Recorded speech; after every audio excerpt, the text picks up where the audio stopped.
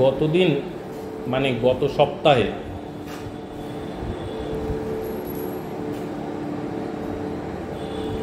নামাচার্য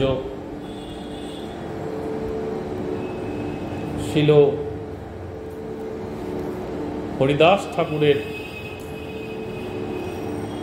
বিরহ স্মরণ উৎসব ছিল। পরবর্তী সময় বিরহ তিথির কিছু হরিকথা পরিবেশন করার চেষ্টা মাত্র রেখেছিলাম।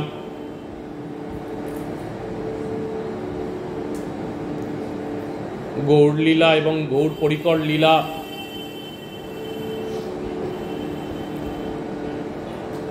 যতই পরিবেশন করা হয়, যিনি পরিবেশন করেন এবং যিনি গ্রহণ করেন উত্তরোত্তর আনন্দ বৃদ্ধি পেতে থাকে, এটাই স্বাভাবিক নিয়ম।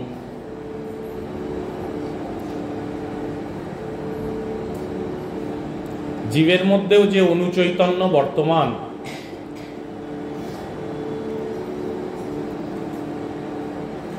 সেই অনুচৈতন্যর বশে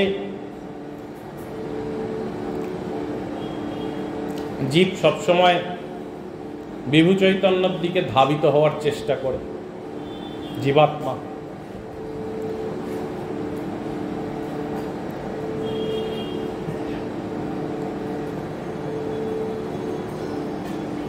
সুখ এবং শান্তি, এই দুই বস্তু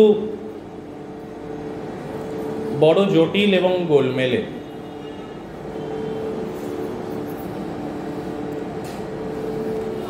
দেহেন্দ্রিয়ের জন্য যাবতীয় যা বস্তু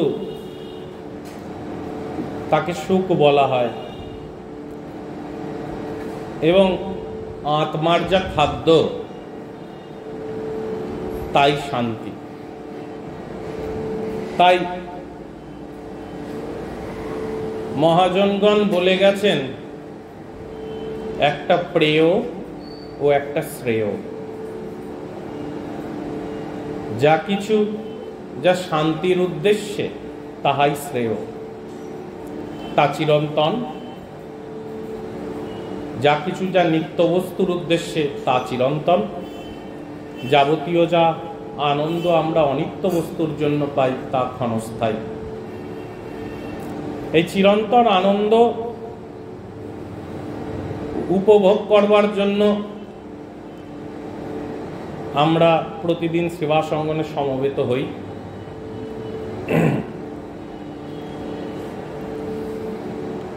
গৌর পরিকরগণের লীলা মাধুর্য আস্বাদন করার জন্য আমরা সমবেত হই। বহু বহু জন্মের সুকৃতির ফলে নিতাই করুণা বলে, এহেন সুযোগ এসে মেলে।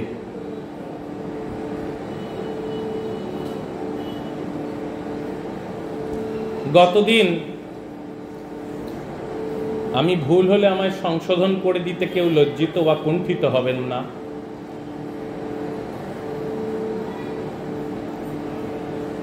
গতদিন যতক্ষণ আমার স্মরণে পড়ে সিদ্ধ বকুলের মাহাত্ম্য এবং প্রথম দিন গোবিন্দ হরিদাস ঠাকুরকে দেখতে এলেন, দেখলেন হরিদাস ঠাকুর করিয়াছেন শয়ন, মন্দ বন্ধ করিতেছেন সংখ্যা সংকীর্তন। মহাপ্রভুর কাছে গেলেন, মহাপ্রভুকে সংবাদ দিলেন। মহাপ্রভু দেখতে এলেন হরিদাস ঠাকুরকে। মহাপ্রভু এসে হরিদাস ঠাকুরকে প্রশ্ন করলেন, হরিদাস, তোমার কি হয়েছে? কোন ব্যাধি হয়েছে হরিদাস? ঠিক করে বলো, কহ তো নিশ্চয়। হরিদাস ঠাকুর বললেন, সংখ্যা সংকীর্তন না ফুরায়। প্রভু বললেন,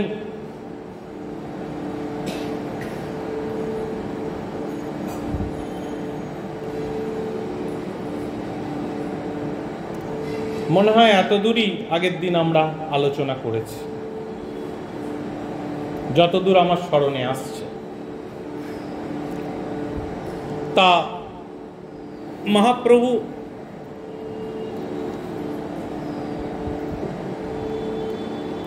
আর দিন মানে পরের দিন হরিদাস ঠাকুরের কাছে এলেন। মহাজনের কথা দিয়েই শুরু করা উচিত। এ গ্রন্থ লেখায় মোরে মদনমোহন কৃষ্ণদাস কবিরাজ যেভাবে বলছেন, আজকের শুরুটাও ঠিক সেভাবেই আমরা করব। আর দিন মহাপ্রভু তার ঠাঁই আইলা, সুস্থ হও হরিদাস তাহারে পুছিলা। হরিদাস সুস্থ আছো? হরিদাস ঠাকুর শুয়ে আছেন। বৈষ্ণব অপরাধের মধ্যে অনেক রকম অপরাধ হয়। তার মধ্যে এই দেখুন, যখন অধিবাস হয়, অধিবাসের সময় আমরা বলি না, তোমরা বৈষ্ণবগণ মোর এই নিবেদন দৃষ্টি করি করো সমাপন, তোমাদের কৃপা নইলে হবে না রে। ওহে বৈষ্ণব গোসাই একবার এসো এসো হে, কৃপা করি কাঙালের ঘরে এসো এসে হে, এসে তোমরাই করো হে, এ তো তোমাদেরই প্রভুর কার্য, তোমরাই করো হে, এরকম বলা হয় না? তাই যখন বৈষ্ণবগণ আসেন, আমরা সাধারণত যাই, অনেকে নেমন্ত্রণ করে, বা অনেক সময় অনেক ইয়েতে যেতে হয়, বারোয়ারিতে যেতে হয়, বা অনেক সময় বৈষ্ণবগণদের নিমন্ত্রিত হতে দেখেছি বহু জায়গায়। যখনই তারা আসবেন, সঙ্গে সঙ্গে প্রসন্ন বদনে উঠে দাঁড়িয়ে তাদেরকে নমস্কার করতে হবে। ইহাই নিয়ম। গৌর পরিকরের ওই যে বললাম, ভ্রম প্রমাদ কারণাপট বৃপ্রলিপ্সা এসব এদের হয় না। গৌর পরিকর শুয়ে আছেন। এই যে দেহটা, এই দেহটা তো আমার নয়, সে তো আমি আগেই জেনে গেছি। 22 বাজারে বেত্রাঘাতের সময় আমার তো লাগছিল না তখন। যার লাগছিল সে বিষ্ণু খট্টার উপর উঠে বসে পড়ে আমাকে তো শ্রীবাসের ঘরে দেখালো, পিঠের চাদর সরিয়ে দিয়ে, যে যতবার বেত্রাঘাত করেছে তার পিঠে এসে বেত্রাঘাত লেগেছে। জগৎবাসীকে শিক্ষা দেওয়ার জন্য আজ হরিদাস ঠাকুর শুয়ে শুয়ে সংখ্যা সংকীর্তন করছেন।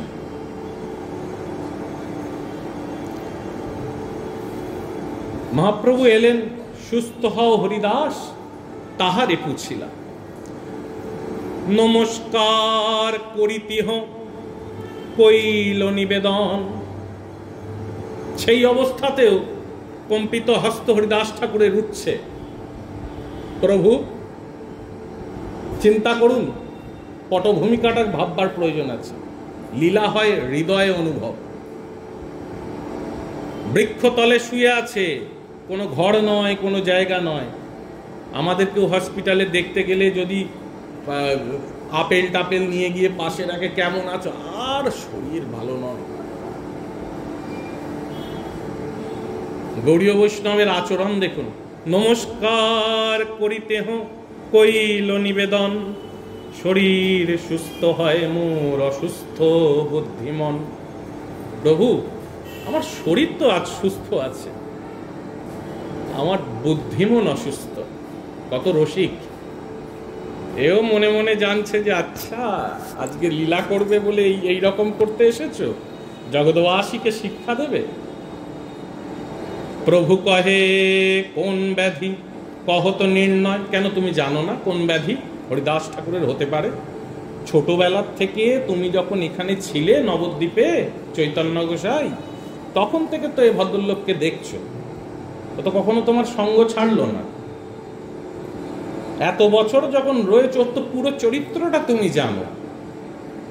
যেহেতু তোমার সঙ্গে আজকে সবাই ভক্তগণ শিষ্যগণ সবাই এসেছে, সমস্ত জগকে শিক্ষা দেওয়ার জন্য তুমি জিজ্ঞাসা করছো। যেমন এটা যেন নাট্যমঞ্চ, নাট্যমঞ্চে প্রভু এসেছেন, আগে থেকেই স্ক্রিপ্ট লেখা আছে।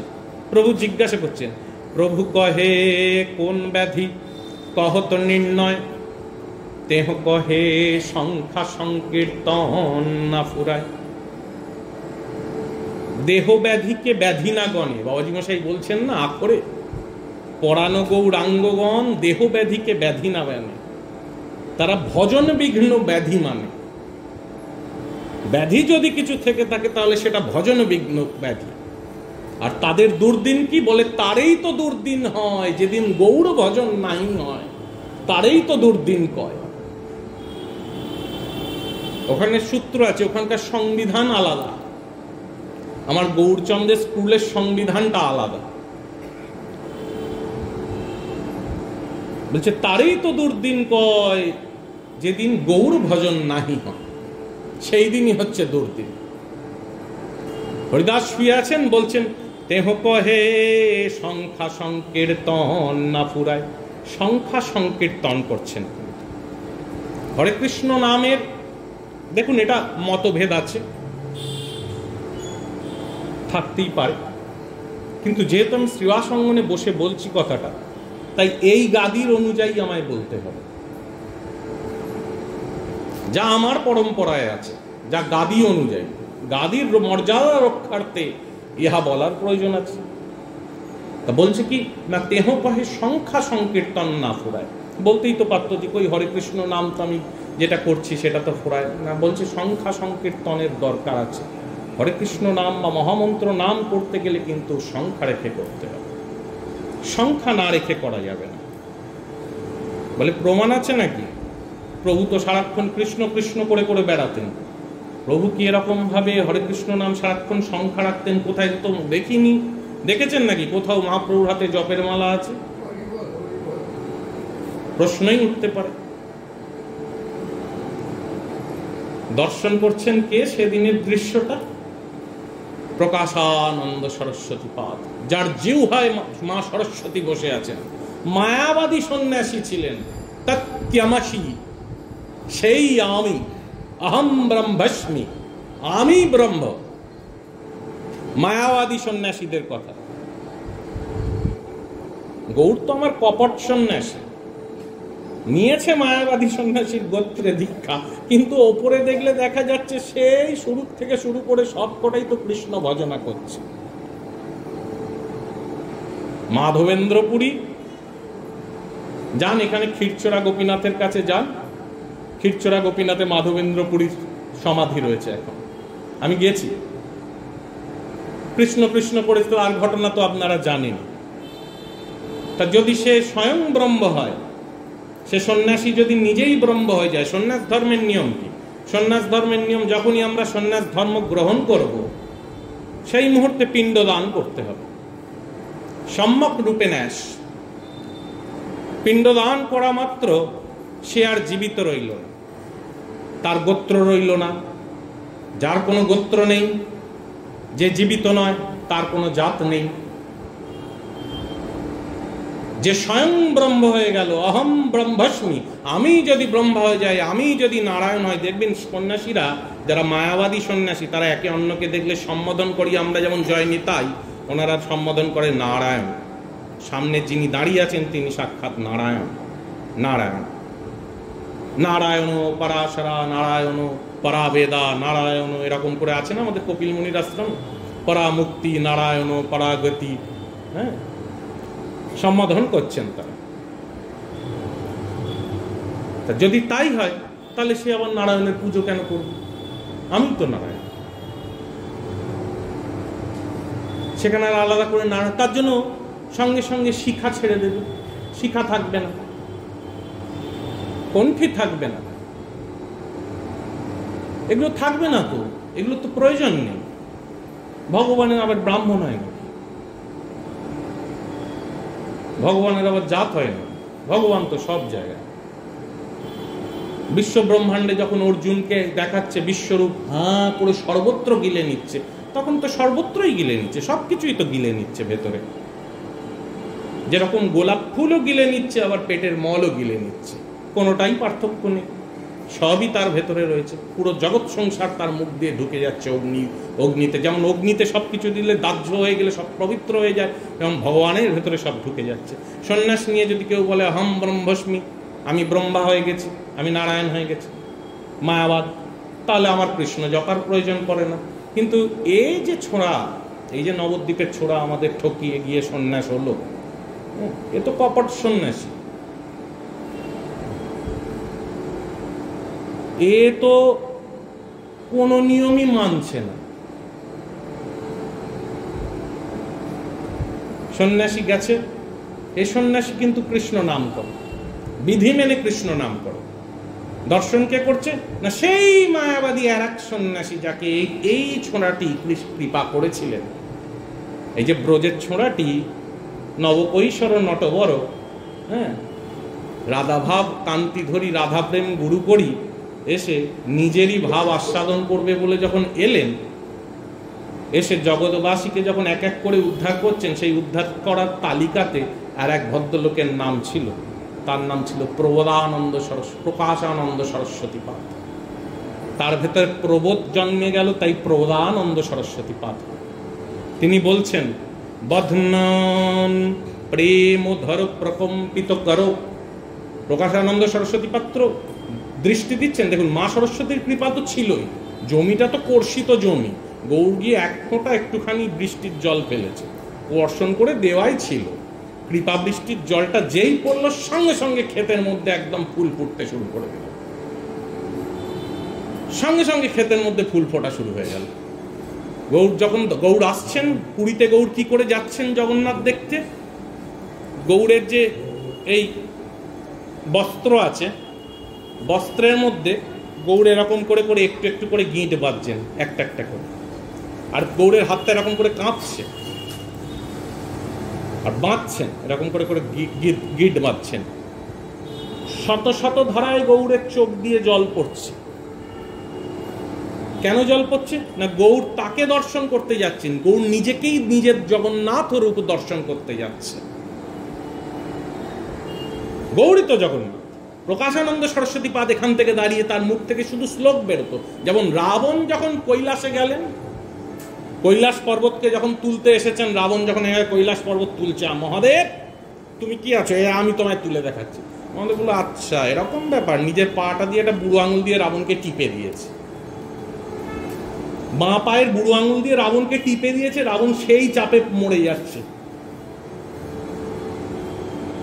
জটা কাটা প্রবজ্জলো গলে বুলম্ব লম্বিতম ভুজঙ্গ তুঙ্গ মালিকম, এই যে শ্লোকটা আছে তো রাবণের শ্লোক।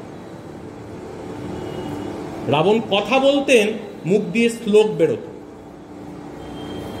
এই প্রকাশানন্দ সরস্বতী পাদ এই গৌর পরিকরদের মধ্যে এমন এক চরিত্র, যিনি কথা বলতেন, মুখ দিয়ে শ্লোক বেরোতো। গৌরকে দর্শন করছেন আর তার হৃদয়ে যে অনুভব হচ্ছে গৌরকে কিরকম লাগছেন না, বলছেন বদনন প্রেম ভর প্রকম্পিত কর গ্রন্থিন কোটি ডোর কৈহ সংখ্যাতুম।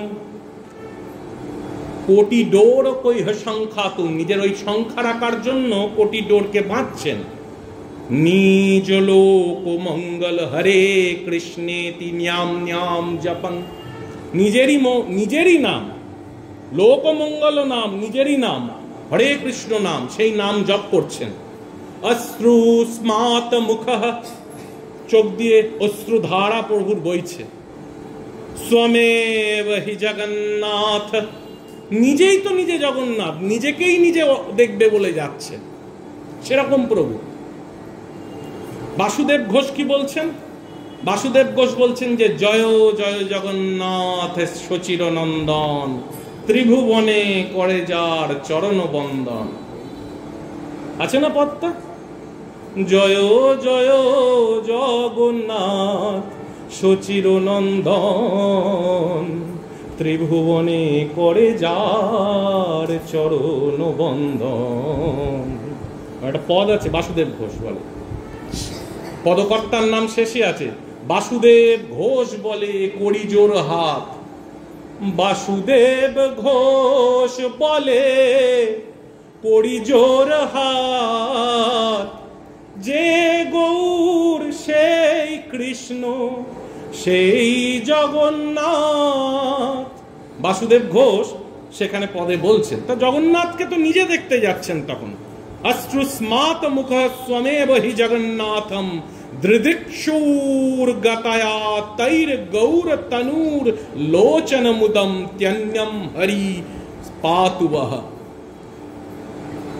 এই রকম যিনি গৌর, যাকে দেখতে লোকেরা ছুটে যাচ্ছে, যে গৌর দর্শন করলে, দৃদিক্ষু করলে যে আমাদের কি হয় না, বিলোচন মুদম ত্যন্যম, চোখের যে শান্তি প্রাপ্ত হয়, সেই গৌরের চরণাশ্রিত করো।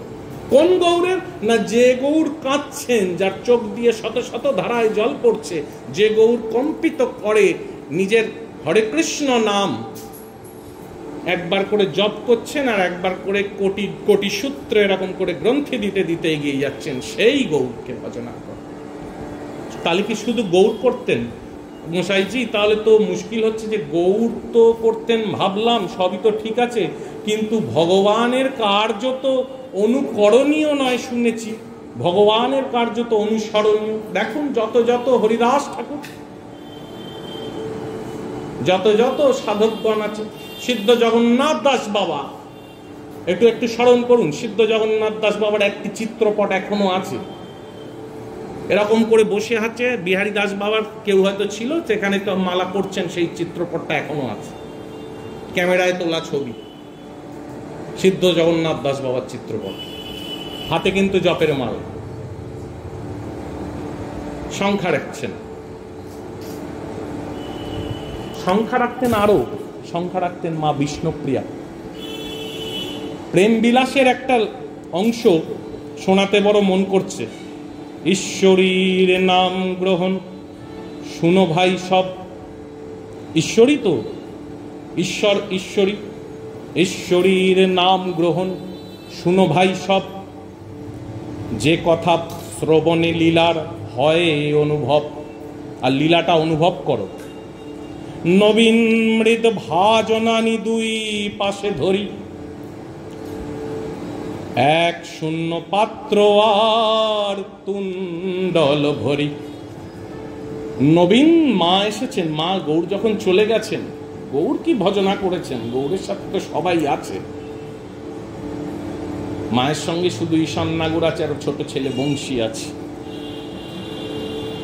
বৃদ্ধ ঈশান নাগর আছে আর বংশী আছে। হরিদাস গোস্বামীর গ্রন্থটা পড়লে বোঝা যায় মায়ের ভজন। বিরোহিণী বিষ্ণুপ্রিয়া, নবীন মৃৎ ভাণ্ড মা এনেছেন, দুই পাশে দুই দিকে দুটো নবীন মৃৎ ভাণ্ড রেখেছেন। একটি ভাণ্ডের তণ্ডুল ভরা আছে, একটি ভাণ্ড আছে খালি। নবীন মৃদ ভাজনানি দুই পাশে ধরি, এক শূন্য পাত্র আর পাত্রে তণ্ডুল ভরি। একবার জপে 16 নাম 32 অক্ষর, এক তণ্ডুল রাখে পাত্রে আর আনন্দ অন্তর। একবার করে একটা করে চালের দানা মা তুলছেন, পুরো সংখ্যা নাম করছেন, অন্য পাত্রে রাখছেন। এরকম করে দুপুর 3টে অবধি মা করতেন। তৃতীয় প্রহর পর্যন্ত লয়েন হরিনাম, তাতে যে তাণ্ডুল হয় লইয়া পাকে যান। সেই তণ্ডুল মাত্র রন্ধন করিয়া ভক্ষণ করান প্রভুরে অস্ত্রযুক্ত হইয়া। পুরোটাও দিতেন না, অর্ধেকটা আবার ওখান থেকে সরিয়ে রাখতেন। যখন নিতাই যেতেন, ওই নিতাইয়ের হাত দিয়ে পাঠাতেন। টোটা গোপীনাথে কীর্তন যদি কখনো শ্রবণ করতে যান, বাবাজি মশাই ভালো আস্বাদন করেছেন। টোটার দ্বারে গৌর ডাকে, বলে গদাধর ও গদাধর। নিতাই চাঁদ গেছেন এই তণ্ডুল নিয়ে, সুগন্ধি তণ্ডুল। প্রত্যেকটা তণ্ডুলের শক্তি ভাবতে পারছেন? মা বিষ্ণুপ্রিয়া একটা একটা করে চালে সংখ্যা নাম রেখে অন্য এক জায়গায় রাখছেন, গৌরের নাম স্মরণ করে। সেই তণ্ডুল নিয়ে গেছে আমার প্রভু নিতাই। সেই তণ্ডুল রান্নাকে করছে না গদাধর পণ্ডিত। প্রসাদ হচ্ছে টোটা গোপীনাথের। গৌর কি থাকতে পারে? বলে ও গদাধর, ও গদাধর, দরজা খোলো। টোটার ধারে গৌরে ডাকে, বলে গদাধর, ও গদাধর, দরজা খোলো।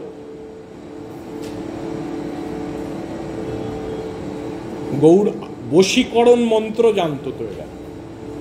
গৌরকে টেনে কি করে আনতে হয় সেই বশীকরণ মন্ত্রটা এদের ভেতরে রয়েছে পুরোপুরি। এরা সে বস্তু জানে।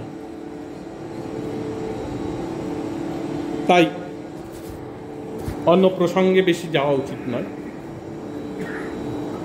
হরিদাস বললেন, সংখ্যা সংকীর্তন ফোড়াইন প্রভু, আমার এই ব্যাধি হয়েছে। প্রভু বললেন, হরিদাস, বৃদ্ধ হইলা, সংখ্যা অল্প করো, সিদ্ধ দেহ তোমার, হরিদাস তুমি ভজনে আগ্রহ কেন ধরো?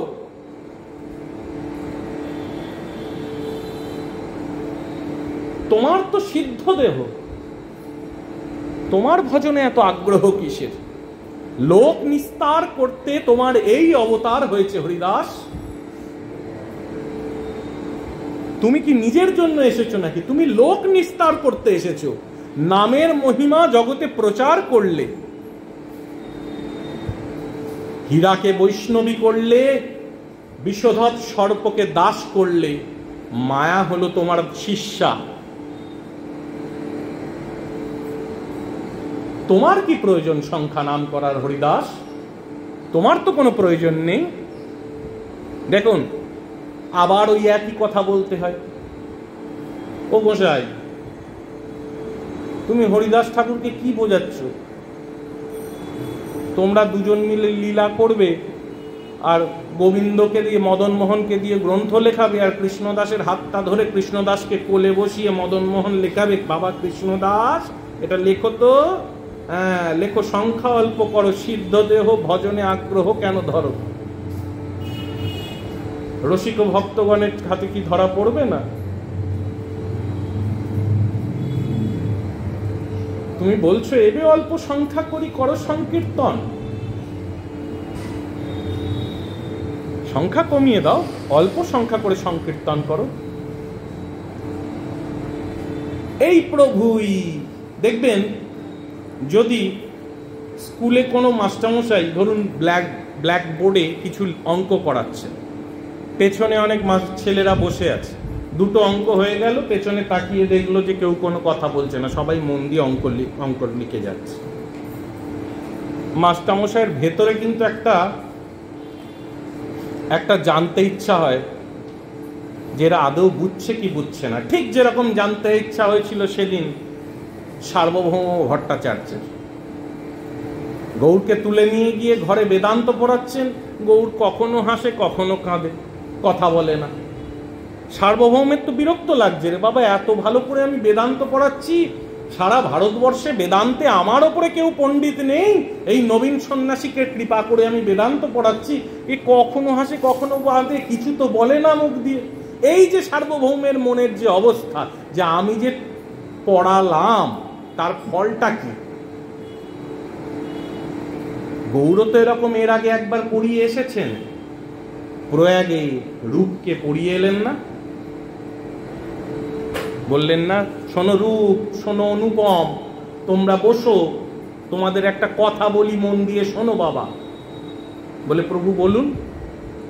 বলে ব্রহ্মাণ্ড ভ্রমিতে কোনো ভাগ্যবান জীব গুরু কৃপা প্রসাদে পায় ভক্তিলতা বীজ, মালি হইয়া সেই বীজ করে আরোপণ।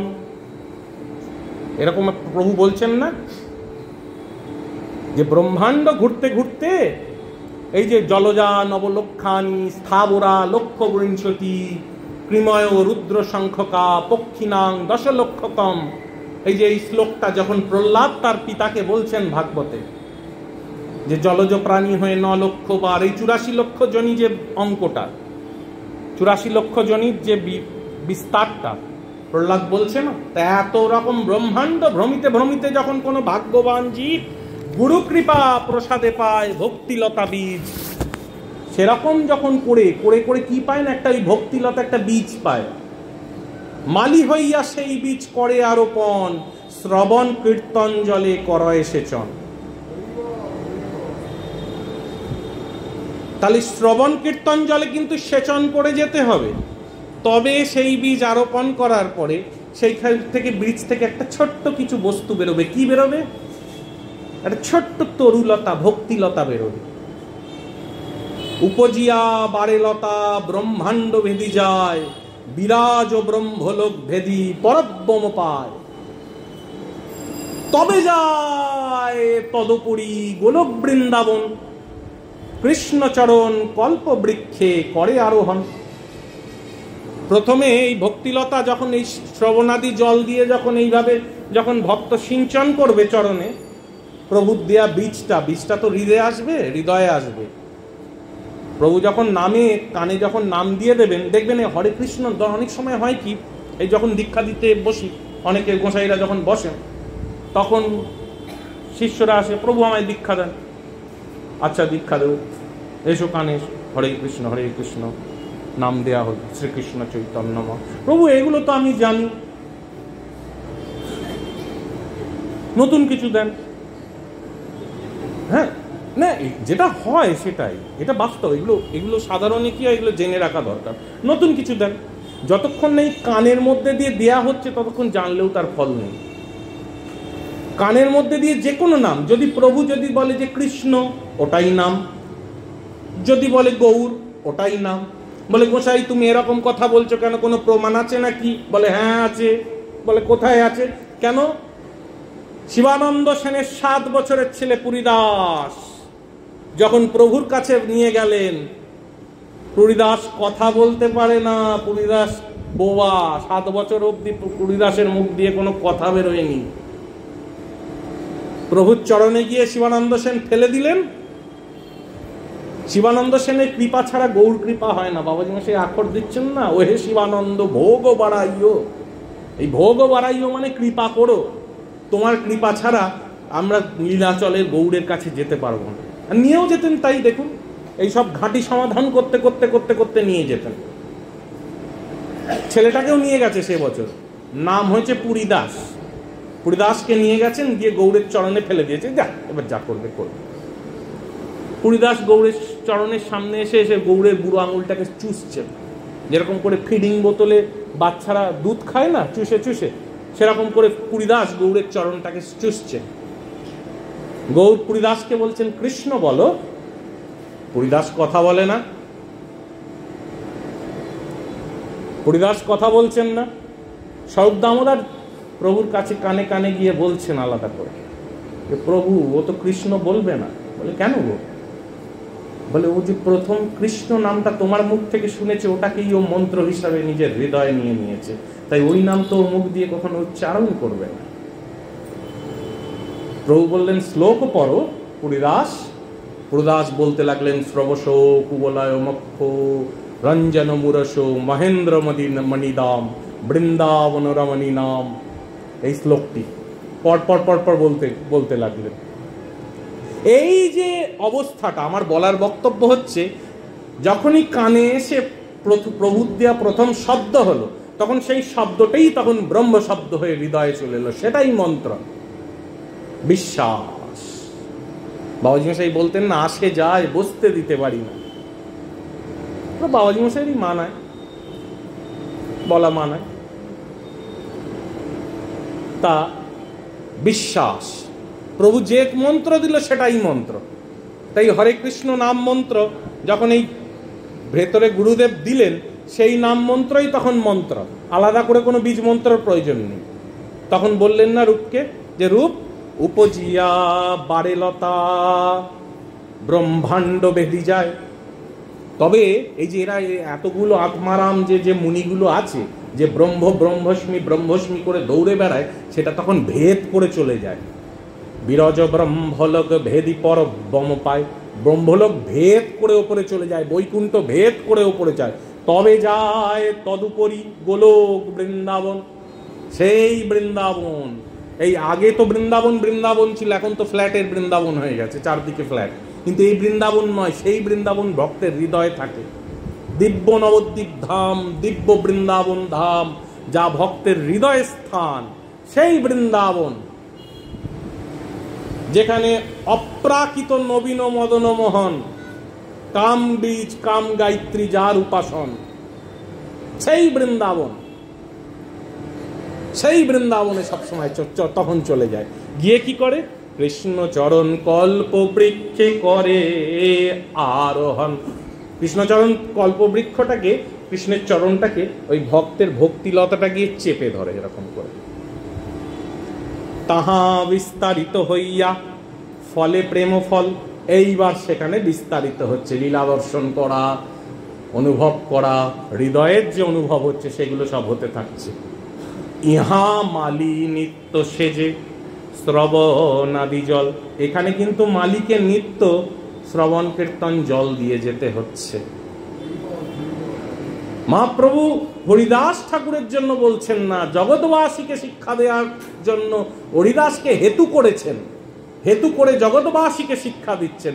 হ্যাঁ, হরিদাস বৃদ্ধ হইলা, সংখ্যা অল্প করো, সিদ্ধ দেহ তোমার, ভজনে আগ্রহ কেন ধরো হরিদাস।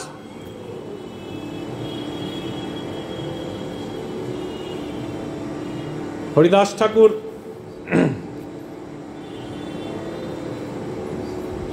মনে মনে হাসছেন, হয়তো মনে মনে ভাবছেন, প্রভু অনেক তো হরে কৃষ্ণ নাম করলাম, এবার ছাড়ো তোমার ভারী ভুড়ি, মোর আগে না করিও তোমার ওই রূপচুরি। এবার আমার মনে প্রভু একটা সংকল্প আছে, সেটা তোমার কাছে প্রস্তাব করব। আমি একটু ভনিতা করে প্রস্তাব করছেন। কি বলছেন? এবে অল্প সংখ্যা করি কর সংকীর্তন, হরিদাস কহে শুনো মোর সত্য নিবেদন। হিন জাতিতে জন্ম মোর নিন্দ কলেবর, হীন কর্মে রত মুই অধম পামর। প্রভু, আমার হীন জাতিতে জন্ম, আমি হীন কর্মে রত, আমি অধম, আমি পামর। প্রভু, আপনাকে হীন মানে পরাণ গৌরাঙ্গগণে। এই গৌরাঙ্গগণ নিজেকে হীন মানে সব সময়, দৈনেই করে গৌরবশ, করে গৌরবশীকরণ। হরিদাসের এই দৈন ভূষণ করে গৌরবশীকরণ। এই যে দৈন ভাব হরিদাসের, গৌর এই ভাবটার জন্য হরিদাসের কাছে ছুটে ছুটে ছুটে ছুটে চলে আসে। হরিদাস গৌরকে আরো আকষ্টে পিষ্টে টেনে আনছে, আকর্ষণ করছে গৌরকে। তাই বলছে, হীন জাতিতে জন্ম মোর নিন্দ কলেবর, হীন কর্মে রত মুই প্রভু, আমি অধম পামর। গৌরগণের এটাই স্বভাব। ত্রিনাদপি শুনিছেন তররিব সহিষ্ণু না, অমানিন মানদেন কীর্তনীয় সদা হরি। এটাই গৌরগণের স্বভাব। বৈষ্ণব হতে গেলে এটাই প্রথম। আর আমার হলো কি না, বৈষ্ণব হইবারে মনে ছিল সাত, এই ত্রিনাদপি শুনিছেনে পড়ে গেল বাদ।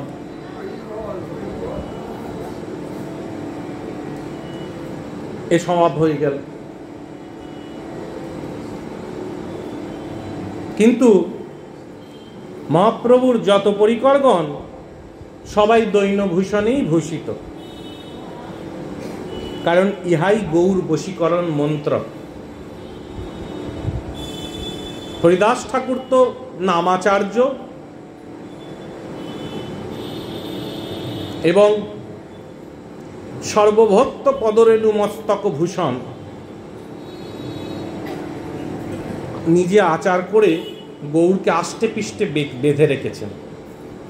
তা হরিদাস ঠাকুর বলছেন, অদৃশ্য অস্পৃশ্য মোরে অঙ্গীকার কইলা, রৌরব হইতে কারি মোরে বৈকুণ্ঠে চড়াইলা।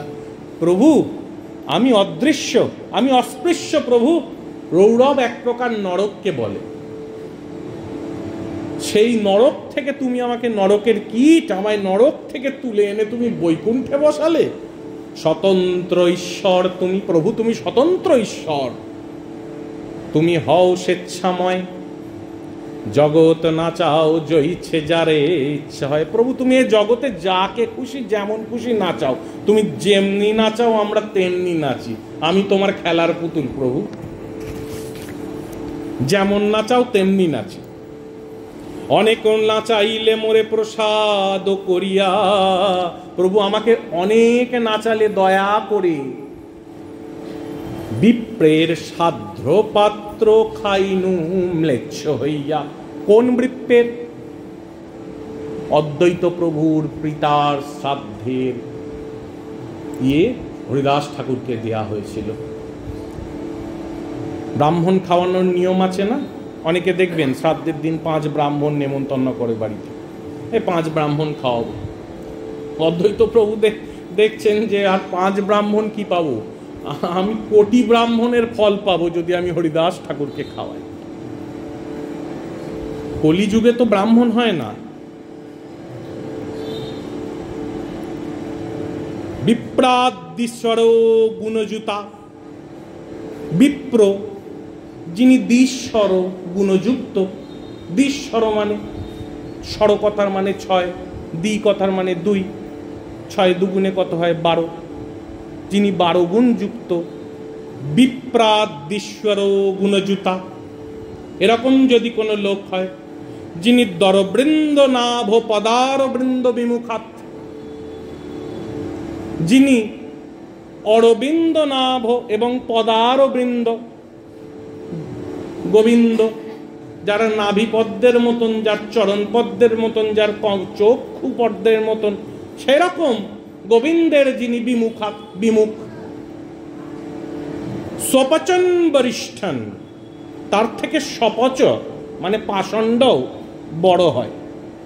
কোন পাষণ্ড না? মন্যে তদর্পিত মনোবচনে হিতার্থ প্রাণান, যে স্বপচের মনে এবং প্রাণে তাকে অর্পিত করে। তদর্পিত তাকে অর্পিত করে না, গোবিন্দকে অর্পিত করে। এরকম যিনি স্বপচ আছেন, সেই স্বপচ পুনাতি, তার তিনি অনেক শ্রেষ্ঠ। স্বকুলং নতু ভুরিমানঃ, কিন্তু যিনি দিশ্বর গুণযুতা ব্রাহ্মণ, সেই ব্রাহ্মণ হইয়া যদি কৃষ্ণ ত্যাজে, আর চণ্ডাল নয় যদি কৃষ্ণ ভজে। ব্রাহ্মণ নয় যদি কৃষ্ণ ত্যাজে, আর চণ্ডাল নয় যদি কৃষ্ণ ভজে। এই কথাটি তুল বলে দিলেন। তাই অদ্বৈত প্রভু তো জানে এই ব্রাহ্মণের 12টি গুণ কি না? ধর্ম, সত্য, দম, তপ। দম মানে ইন্দ্রিয় সংযম, তপস্যা মাৎসর্য ভাব থেকে আলাদা, মানে অন্যের উন্নতিতে আমার দুঃখ হচ্ছে। হরি মানে লজ্জা, তিতিক্ষা মানে দুঃখ সহনশীলতা, অল্প দুঃখেই কাতর হয়ে পড়লাম তা নয়। অসুয়াহীনতা, হিংসা নয়। যজ্ঞ, দান, ধৃতি মানে অনেকে আছে বাচাল, অতিরিক্ত কথা বলে, সেই ধৃতি হলে হবে না। শ্রুত এবং তাকে বেদজ্ঞ পণ্ডিত হতে হবে, তবেই তো সে প্রকৃত ব্রাহ্মণ। এই রকম 12 গুণ যুক্ত ব্রাহ্মণই তো পাওয়া যাবে না কলিতে।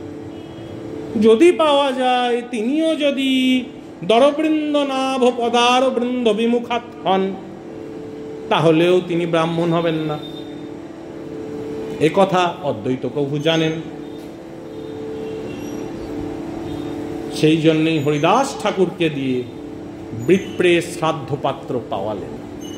কোটি কোটি কোটি কোটি ব্রাহ্মণের ভোজনের যা ফল, তাই পাওয়া গেল।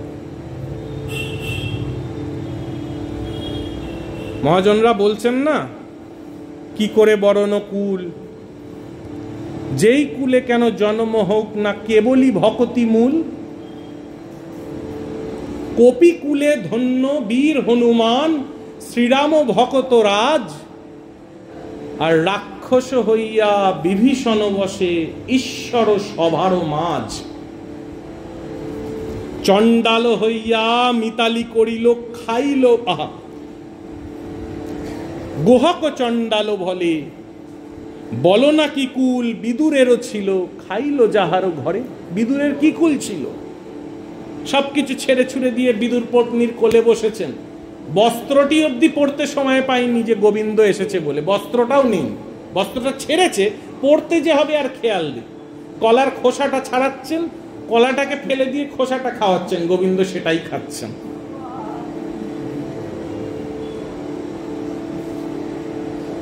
গোবিন্দ সেটাই খাচ্ছেন, এরকম অবস্থা। জাতিকুল লাজ সবই চলে গেছে, সবই গোবিন্দ চরণে দিয়ে দিয়েছে।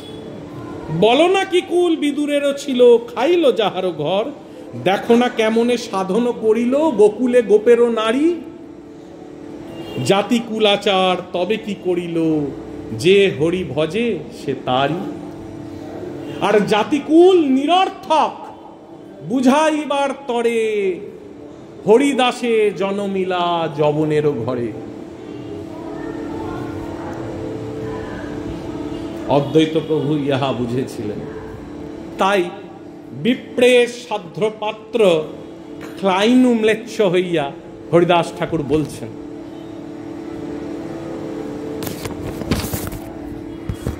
হরিদাস জানে যে প্রভু এবার লীলা সম্বরণ করবেন।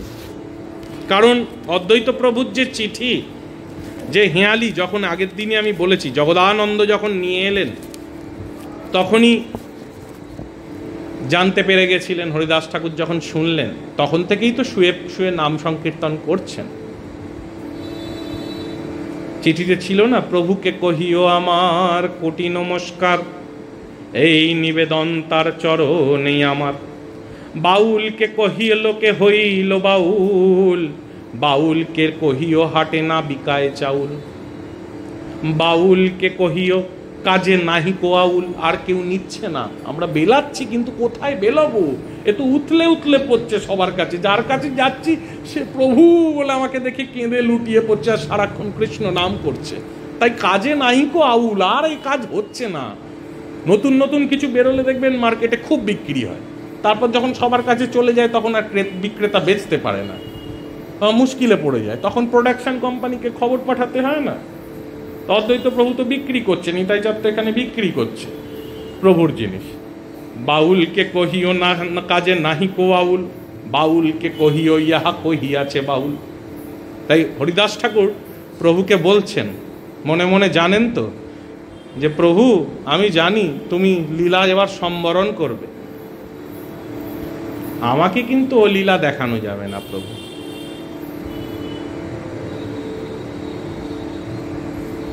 বহুদিন হইতে হয় মোর চিতে, লীলা সম্বরিবে তুমি হয় মোর চিত্তে, এরকম এক জায়গায় বলছেন হরিদাস ঠাকুর, যে আমার এবার কিন্তু অনেক দিনের বাসনা আছে আমি জানি, কিন্তু সে জিনিস আমায় দেখাবে না প্রভু। তুমি যাওয়ার আগে কিন্তু আমি এ দেহ পারিব, এ দেহ কিন্তু আমি রেখে দেব, আমি কিন্তু থাকবো না প্রভু। কিরকম করে যাব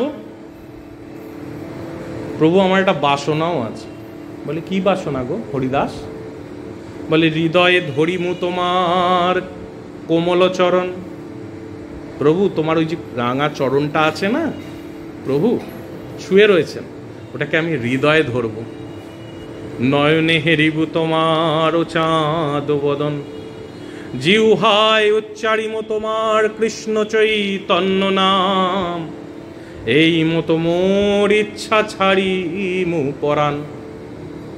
চিন্তা করুন, শুয়ে আছে, হৃদয়ে এসে প্রভুর চরণটা এরকম ভাবে থাকবে, আর মাথাটাকে আমি এরকম উঁচু করে প্রভুর চাঁদ বদন দেখবো।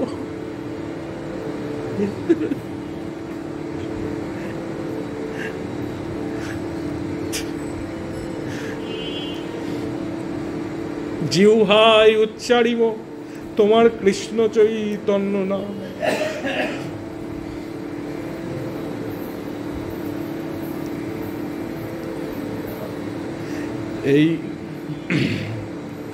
এই মতো মোর ইচ্ছা ছাড়ি মু পড়া। প্রভু আমি এরকম করে যাব। প্রভু কয়ে হরিদাস, হরিদাস তুমি যা মাগিবে, কৃষ্ণ কৃপাময় হরিদাস অবশ্য ফলিবে। কিন্তু হরিদাস আমার যা কিছু সুখ সব তোমা লইয়া, তোমার যোগ্য নই, তাই যাচ্ছ আমাকে ছাড়িয়া। প্রদাস, আমার যা কিছু সুখ, এ সব তো তোমাকে নিয়ে। প্রভুর কিসে সুখ? না এই নিরন্তর ব্রজলীলা রসপুর যে নাম শোনান হরিদাস ঠাকুর, দিনে 3 লক্ষ বার, দিনে রাতে নাম শোনাতেন 3 লক্ষ বার। এই যে নিরন্তর 3 লক্ষ বার নাম শোনান, সেই নাম তো প্রভুর জন্যই শোনান। হরিদাস চলে গেলে আমার কি হবে? আমি কি করে থাকবো? চিন্তা করছেন মহাপ্রভু। কিন্তু আমার যে কিছু সুখ সব তোমা লইয়া, তোমা যোগ্য নহে যাও আমায় ছাড়িয়া। হরিদাস, হরিদাস বলে, প্রভু মায়া করো না, প্রভু আমাকে দয়া করো, প্রভু আহার মায়া করো না। প্রভু এতদিন আমি তোমার জন্য করে এসেছি, প্রভু আজ আমাকে ফল দাও। প্রভু আমি অতি বৃদ্ধ, প্রভু আজ ফল দাও। হরিদাস ঠাকুর বলছেন, আমার মতন এক সামান্য পিঁপড়ে যদি চলে যায় প্রভু পৃথিবীর থেকে, তাহলে পৃথিবীর কোনো ক্ষতি হয় না প্রভু। হরিদাস ঠাকুর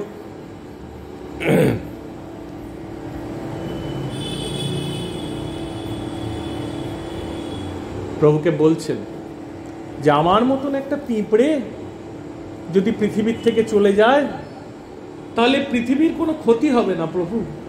আমাকে এবার আর মায়া করো না, আমাকে অবশ্য তুমি দয়া করো প্রভু। প্রভু আজ তোমার স্নানের সময় হয়ে গেছে, মধ্যাহ্নের সময় হয়ে গেছে, তুমি মধ্যাহ্ন স্নানে যাও প্রভু। দেখুন, যেরকম বিগ্রহ সেবার দিকে খেয়াল রাখতে হয়, ওই অবস্থাতেও খেয়াল রাখছে, নিজ স্বার্থের জন্য কিছু নয়। প্রভুর যে সময় হয়ে গেছে, এই সময় যে প্রভু মধ্যাহ্ন করেন সে খেয়াল আছে। আগের দিন বলছিলাম না, যাদের নিত্য সেবা আছে, যে কোনো অবস্থা হলেই তখন হরিদাস ঠাকুর কিন্তু খেয়াল রাখছেন। এরকম না যে কোনো খেয়াল নেই, ছেড়ে দিলাম, প্রভুর সঙ্গে আরো বেশিক্ষণ কথা বললাম, প্রভু মধ্যাহ্ন চানে গেল কি না গেল তা নয়। প্রভু মধ্যাহ্ন স্নানে যাওয়ার সময় হয়েছে, এবার আপনি যান, আপনি কাল এসে আমায় দর্শন দেবেন, কাল কৃপা করবেন আমাকে। আজ কৃপা প্রভু করতে হবে না, কাল কৃপা করবেন প্রভু। তবে মহাপ্রভু তারে করিয়া লিঙ্গন, প্রভু তুলে নিয়ে হরিদাসকে বুকে ধরেছেন। মধ্যাহ্ন করিতে সমুদ্রে করিলা গমন, প্রভু সেদিন চলে যাচ্ছেন, এরকম করে বুকে ধরে আদর করে চলে যাচ্ছে। এখানে একটা প্রশ্ন আছে। প্রশ্ন হচ্ছে যে হরিদাস ঠাকুর প্রভুকে কাল আসতে কেন বললেন? এরকম একটা প্রশ্ন হচ্ছে যে আজকে কি অসুবিধা ছিল কৃপা করতে? শুভস্ত্র শীঘ্রম অশুভস্ত্র কালো হরণম। কোনো ভালো কাজ হলে তো সেটা সঙ্গে সঙ্গে করতে হবে, আমরা এরকমই তো শুনেছি। যখন সুযোগ পেয়েছি প্রভুকে, আজকে যখন পেয়েছি, তাহলে তা আজই করা উচিত। আবার কাল অবধি অপেক্ষা করব কেন? আপনারা যদি খেয়াল করে থাকেন, যেদিন এই তিথিটি পালন হয় সেদিন হয় অনন্ত চতুর্দশী।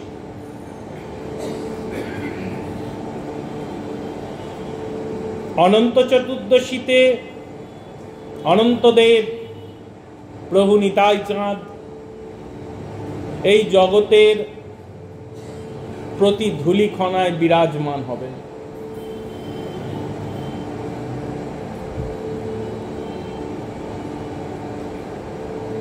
হেন নিতাই বিনে ভাই রাধা কৃষ্ণ পাইতে নাই, দৃঢ় করি ধরো নিতাই পায়, বলছেন হরিদাস ঠাকুর। সেটা মনে মনে জানেন, সে যে বড় পুরাতন ভৃত্য প্রভু, সে সব জানে প্রভুর লীলা কোথায় কি হয়েছে। যখন রঘুনাথ দাস গোস্বামী পাদ পালকি করে এসে প্রভুর চরণে পড়ে বললেন যে প্রভু কৃপা করো, প্রভু বললেন না স্থির হও রঘুনাথ, না হও বাতুল হে, ক্রমে ক্রমে প্রায় জীব ভব সিন্ধুকুল হে। মর্কট বৈরাগ্য না করহ লোক দেখাইয়া, যথাযথ বিষয়ে ভুঞ্জিও না শক্ত হইয়া। রঘুনাথ, তুমি মর্কট বৈরাগ্য করো না, যথাযথ বিষয়ে ভুঞ্জিতে আসক্ত হয়ে তুমি আমার কৃপা চাইছ রঘুনাথ, হবে না। রঘুনাথকে কৃপা প্রভু করেননি। পরে যখন পানিহাটিতে প্রভু নিতাই গেলেন, নিতাই চাঁদ দেখে যখন বললেন যে রঘুনাথকে দূর থেকে বলছেন যে ও হে চোরা, তুমি ভাগো দূরে দূরে, আজ লাখ পাইয়াছি দণ্ডিব তোমারে। নিতাই চাঁদ কৃপা করলেন, দণ্ড দিলেন, দণ্ড মহোৎসব হলো, আজও পানিহাটিতে হয়। 15 দিনের দৌড়ে রঘুনাথ পুরী চলে গেলেন। 15 days রঘুনাথ দাঁড়ায়নি পুরী যাওয়ার সময়, দৌড়েছেন। 15 দিনে গৌড়ের কাছে ছুটে চলে গেছেন। গৌর সব থেকে বেশি দিন পুরীতে ছিলেন, ছয় গোস্বামীপাদের মধ্যে সব থেকে বেশি দিন পুরীতে গৌড়ের সঙ্গ করেছেন। কিভাবে সঙ্গ করতেন না, এরা ওই চাইতেন না, ভিক্ষা চাইতেন না, ওসবের পাত্রাপাত্রী নয়। জগন্নাথ মন্দিরের নালার সামনে দাঁড়িয়ে থাকতেন, নালা থেকে যে অন্নগুলো বেরিয়ে আসতো, যেগুলো পড়তো গ্যাঁজলা হয়ে গেছে, তুলে নিতেন, ওপরের গ্যাঁজলাটাকে সরিয়ে দিতেন, অন্নের নিয়ে সরিয়ে দিয়ে ওখানে গরুরা রয়েছেন, যারা গাভী মাতারা রয়েছেন, রত্ন গাভী, তাদের সামনে গিয়ে ধরতেন, মা খাবি, যেগুলো গরুতেও খেত না, সেই প্রসাদটা রঘুনাথ পেতেন। এমনি এমনি রঘুনাথ দাস গোস্বামীপাদ নিতাই কৃপাটা পুরো ঢেলে পেয়েছেন, প্রভু ফিরিয়ে দিয়েছেন। তাই নিতাই কৃপা বিনে ভাই রাধাকৃষ্ণ পাইতে নাই। আর রাধাকৃষ্ণ আর গৌরে পার্থক্য কি আছে? হয়তো একই বস্তু, গৌর কৃপাও পাওয়া যাবে না। হরিদাস ঠাকুর সেটা জানেন, তাই হরিদাস ঠাকুর বলছেন যে প্রভু কাল এসে আমায় কৃপা করো। কালকে অনন্ত চতুর্দশী, অনন্ত রূপে প্রভু নিতাই এসে পড়বেন, তাই কৃপাটা তুমি আমায় প্রভু কালকে করো, আজকে না।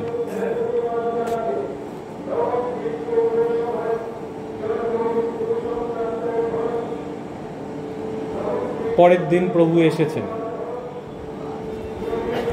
পরদিন প্রভু এসে প্রভু হরিদাস ঠাকুরকে জিজ্ঞাসা করছেন, প্রভু হরিদাস কহ সমাচার, কি হয়েছে হরিদাস বলো, আজকের খবর কি? আমরা যেমন বলি না আজ কেমন আছো, কিছু মন পরিবর্তন হলো কিনা প্রভু দেখছেন, যে না যদি আমি কালকে এত অনুরোধ বিনোদ করে গেছি, কোনো মনটা পরীক্ষা করে দেখি একটু পরিবর্তন হলো কিনা। প্রভু দেখছেন, হরিদাস কহ সমাচার। প্রভু যা ইচ্ছা তোমার। হরিদাস, প্রভু তোমার যা ইচ্ছে, আমি যা করার, আমি তো নিবেদিয়ে হয়েছি খালাস। প্রভু আমি নিবেদন করে খালাস হয়ে গেছি, আমার নিবেদন করাটুকুনি ছিল, আর আমি প্রভু কিছু বলবো না, এখন যা ইচ্ছে হয় তাই করো, আমি তো নিবেদিয়ে হয়েছি খালাস। প্রভু যা ইচ্ছা তো। এখানে একটা প্রশ্ন হতে পারে, প্রভু যখন এত করে হরিদাস ঠাকুরকে বলছেন যে আমার যা কিছু সুখ হরিদাস সব তোমাকে লইয়া, তাও হরিদাস ঠাকুর প্রভুর সুখের কথা না ভেবে বারবার চলে যেতে চাইছেন কেন? হরিদাস কি তাহলে আত্মসুখী হচ্ছেন না? এখানে আমার যেটা ইচ্ছে, আমি ভজনা করব শ্রীকৃষ্ণ চৈতন্য নাম, কিন্তু আমি চলে গেলে তো আমার প্রভুকে কে নাম শোনাবে? প্রভু তো যেতে বারণ করছে, তাও আমি কেন বলছি?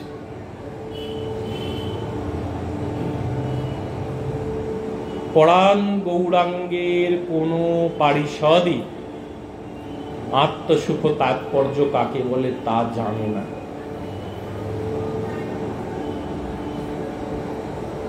প্রভুর বহুদিনের ইচ্ছা ছিল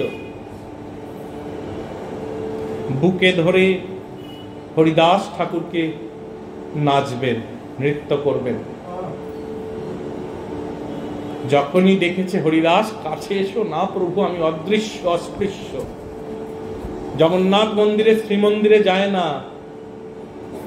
কেন যায় না? না, যদি কোনো পান্ডা জগন্নাথ মন্দিরে যায় আর সে যাওয়ার পথে যদি আমায় দেখে, সে তো জগন্নাথের সেবা করবে আমাকে দেখে, আমি হব অপরাধী। তারা তো কিছু জানবে না, আমি হব অপরাধী। হরিদাস ঠাকুর এই মহাদৈন্যে সেই স্বভাবে থাকতেন নির্জনে। প্রভুর কাছে তো যাওয়ার কোনো প্রশ্নই ওঠে না, দূরে দাঁড়িয়ে থাকতেন। দেখবেন এখানে যখন 64 মহন্ত ভোগ হয় শ্রীবাসঙ্গনে, ওই কোনটাতে হরিদাস ঠাকুর ঝরুটা করে দিয়ে থাকে। আমি ছোটবেলায় ভাবতাম এইখানটায় দেয় কেন, ভেতরেই তো দিয়ে দিতে পারে।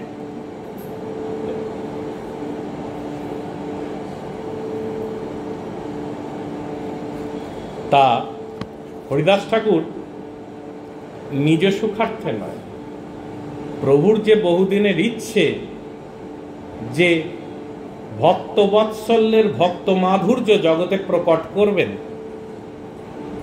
প্রভুর যে বহুদিনের ইচ্ছে ভক্ত মহিমা বর্ণন করবেন, প্রভুর যে বহুদিনের ইচ্ছে ভক্তকে হৃদয়ে নিয়ে নৃত্য করবেন,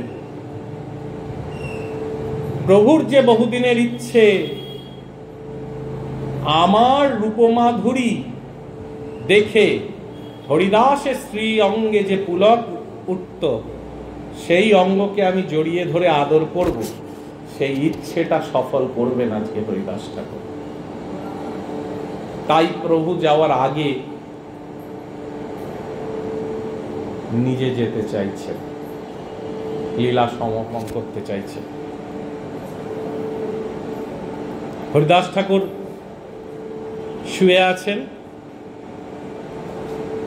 ওহে গৌর হরি, ওহে প্রাণের গৌর হরি, আজ এসো এসো এসো, আমার কাছে এসো, আমার কাছে বসো, আমার সম্মুখে বসো প্রভু। আমি দু নেত্র ভিঙ্গ দিয়ে তোমার মুখপদ্ম পান করি, মুখপদ্ম রস পান করিয়াছি, আমার সামনে এসে বসো। হরিদাস ঠাকুর হাত জোড় করে প্রভুকে বলছে। হরিদাস নিজাগ্রেতে প্রভুরে বসাইলা, নিজ নৃত্য দুই ভিঙ্গ প্রভু পদ্মে দিলা, প্রভু মুখ পদ্মে দিলা। প্রভু এসো বসো, আজ দর্শন করি ওই অখিল লাবণ্য ধাম, ওই হরিবলা রসের বদন। আজ দুমুখে আমি দুনয়ন দিয়ে দর্শন করতে চাই প্রভু। চিন্তা করুন, আমারও অন্তিম কালে যেন হাগুরু গৌরাঙ্গ বলে যায় যেন এ পরাণ, আমরা কীর্তনে বলি না। আজ হরিদাস ঠাকুরের সৌভাগ্য চিন্তা করুন। জয় হরিদাস বলিহারি কি বাবাজি মশাই এমনি বলছেন, গৌরকে এনে সামনে বসাচ্ছেন, গৌরচন্দ্র সামনে এসে বসছেন, গৌরচন্দ্রের মুখপদ্ম মধু পান করবেন আজকে নিজ নৃত্য ভিঙ্গ দিয়ে হরিদাস ঠাকুর। প্রভু তোমার রাতুল চরণ দুটো আমার কাছে দাও, আমি একটুখানি চরণ দুটোকে আমার হৃদয়ে ধরি। সহৃদয়ে আনি ধরিল প্রভুর চরণ, সর্বভক্ত পদরে নুমস্তক ভূষণ। প্রভুর চরণ, রাতুল চরণটাকে এরকম করে শুয়েই তো আছেন, আস্তে করে এসে ধরেছে, আর তো কিছু চাই না। এই প্রথম প্রভুকে স্পর্শ করছে। দেখুন সারাটা জীবন হরে কৃষ্ণ করে গেল শুধু ওই প্রভুকে স্পর্শ করার লোভে। আজকে প্রভুর রাতুল চরণ দুটো স্পর্শ করছে। বলছেন, এমনি বলছেন, বলছেন হা গৌরাঙ্গগণ, তোমরা সব কৃপা করো আমাকে, আমাকে তোমরা সব কৃপা করো যেন জন্মে জন্মে তোমার এই প্রভু পাই, তোমাদের সঙ্গ পাই। আজ আমাকে কৃপা করো। আর মুখ দিয়ে কি বলছে, হা শ্রীকৃষ্ণ, হা শ্রীকৃষ্ণ চৈতন্য, হা শ্রীকৃষ্ণ চৈতন্য। শ্রীকৃষ্ণ চৈতন্য শব্দ বলে বারবার, প্রভু মুখ মাধুরী প্রিয়ে, নেত্রে জলধর। দু চোখ দিয়ে অঝরে আজ হরিদাস ঠাকুরের জল পড়ছে, আর মুখ দিয়ে ধরছে, চরণটা ধরে রেখেছে এখানে বুকের কাছে, মুখের দিকে তাকিয়ে বলছে, হা শ্রীকৃষ্ণ চৈতন্য, হা শ্রীকৃষ্ণ চৈতন্য, হা শ্রীকৃষ্ণ চৈতন্য। বলছে শ্রীকৃষ্ণ চৈতন্য নাম করিতে উচ্চারণ, নামের সহিত প্রাণ কইল উৎক্রমণ। হরিদাস চলে গেল, প্রভু পরে হায় হায়। আচ্ছা,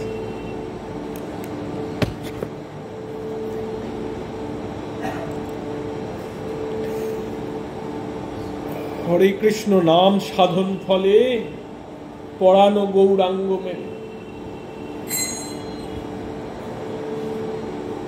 গৌর হা হা হা হরিদাস, হা কৃষ্ণ করে সব কাঁদছেন। হরি বল বলছে সব ভক্ত লোকেরা। হরিদাসের প্রাণ চলে যাচ্ছে। মহাজন বলছে হরি বল বলছে না, হা কৃষ্ণ বলছে। আজ হা কৃষ্ণ কি করলে, হা কৃষ্ণ কি করলে, হরিদাসকে কেড়ে নিলে, হা কৃষ্ণ কি বললে, কি করলে, হা কৃষ্ণ কি করলে। আজ তুমি হরিদাসকে কেড়ে নিলে।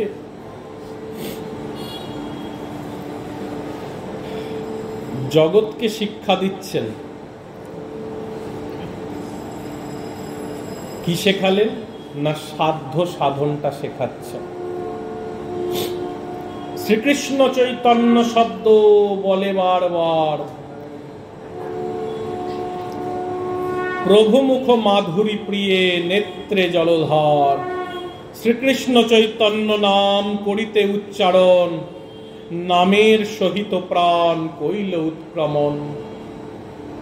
শ্রীকৃষ্ণ চৈতন্য শব্দ আজকে বারবার বলছি। সাধ্য কি ছিল আর সাধন কি ছিল? সাধনার ফলে সাধ্য মেলে, আগের দিনই বলেছিলাম। সাধনা করে গেল সারাটা জীবন হরে কৃষ্ণ নাম, হরে কৃষ্ণ নাম করে সারাটা জীবন সাধনা করে গেল।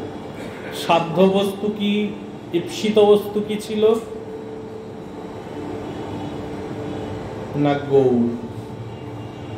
তাহলে গৌর কেন করলো না? না গৌর হরির বারণ ছিল, তাই গৌরের যা সুখ হয় তাই করব। আজকে জগৎকে শিক্ষা দেওয়ার জন্য প্রভুরই ইচ্ছাতে প্রভুরই নাম করে প্রাণ উৎক্রমণ করছে।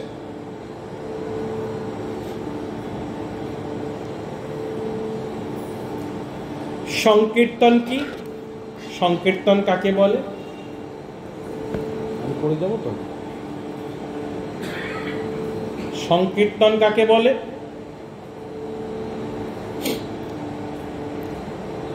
সংকীর্তন হলো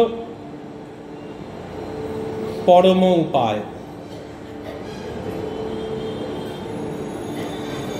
কৃষ্ণ ভক্তি পাওয়ার, কৃষ্ণ প্রেম পাওয়ার যে পরম উপায়, সেই হচ্ছে সংকীর্তন। নববিধা ভক্তির মধ্যে সর্বশ্রেষ্ঠ যে সাধন, তা সংকীর্তন। প্রভু নিজ মুখে বলছেন রাম রায়কে, হর্ষে প্রভু কহে শুনো স্বরূপ রাম রায়, নাম সংকীর্তন কৌলৌ পরম উপায়। এই কলিতে শোনো স্বরূপ, শোনো রাম রায়, এই কলিযুগে নাম সংকীর্তনই পরম উপায়, এর ওপরে অন্য কিছু নেই। তোমরা শুধু নাম সংকীর্তন করো, আর কিছু করো না। এই সংকীর্তন করলে কি মিলবে? কি হয় না সংকীর্তন হইতে পাপ সংসার নাশন। এই যে সংসার পাপ যে হয় তার নাশ হয়। আর কি হয় না চিত্ত শুদ্ধি সর্বভক্তি সাধন উদ্গম। এই চিত্ত শুদ্ধ হয়, সাধনের উদ্গম হয় সংকীর্তন। আর প্রভু নিজ বাক্য, আমি আজকে একটা কথাও নিজের বলছি না, সব প্রভুর বাক্য। কৃষ্ণ প্রেমাদ গম কৃষ্ণ প্রেমামৃত আস্বাদনে। কৃষ্ণ প্রেমাদ্গম, এই কৃষ্ণ প্রেমের উদ্গম, গঙ্গার উদ্গম স্থল গোমুখ, কৃষ্ণ প্রেমাদ্গম, কৃষ্ণ প্রেমের উদ্গম হয় এখান থেকে। আর কি হয়? কৃষ্ণ প্রেমামৃত আস্বাদন, কৃষ্ণ প্রেমামৃত আস্বাদনও হয়। কৃষ্ণ প্রাপ্তি সেবামৃত সমুদ্র মজ্জন, এই কৃষ্ণ প্রাপ্তি আর সেবার এই যে কৃষ্ণ প্রেমের যে সমুদ্র, তাতে ডুবে যেতে পারা যায়।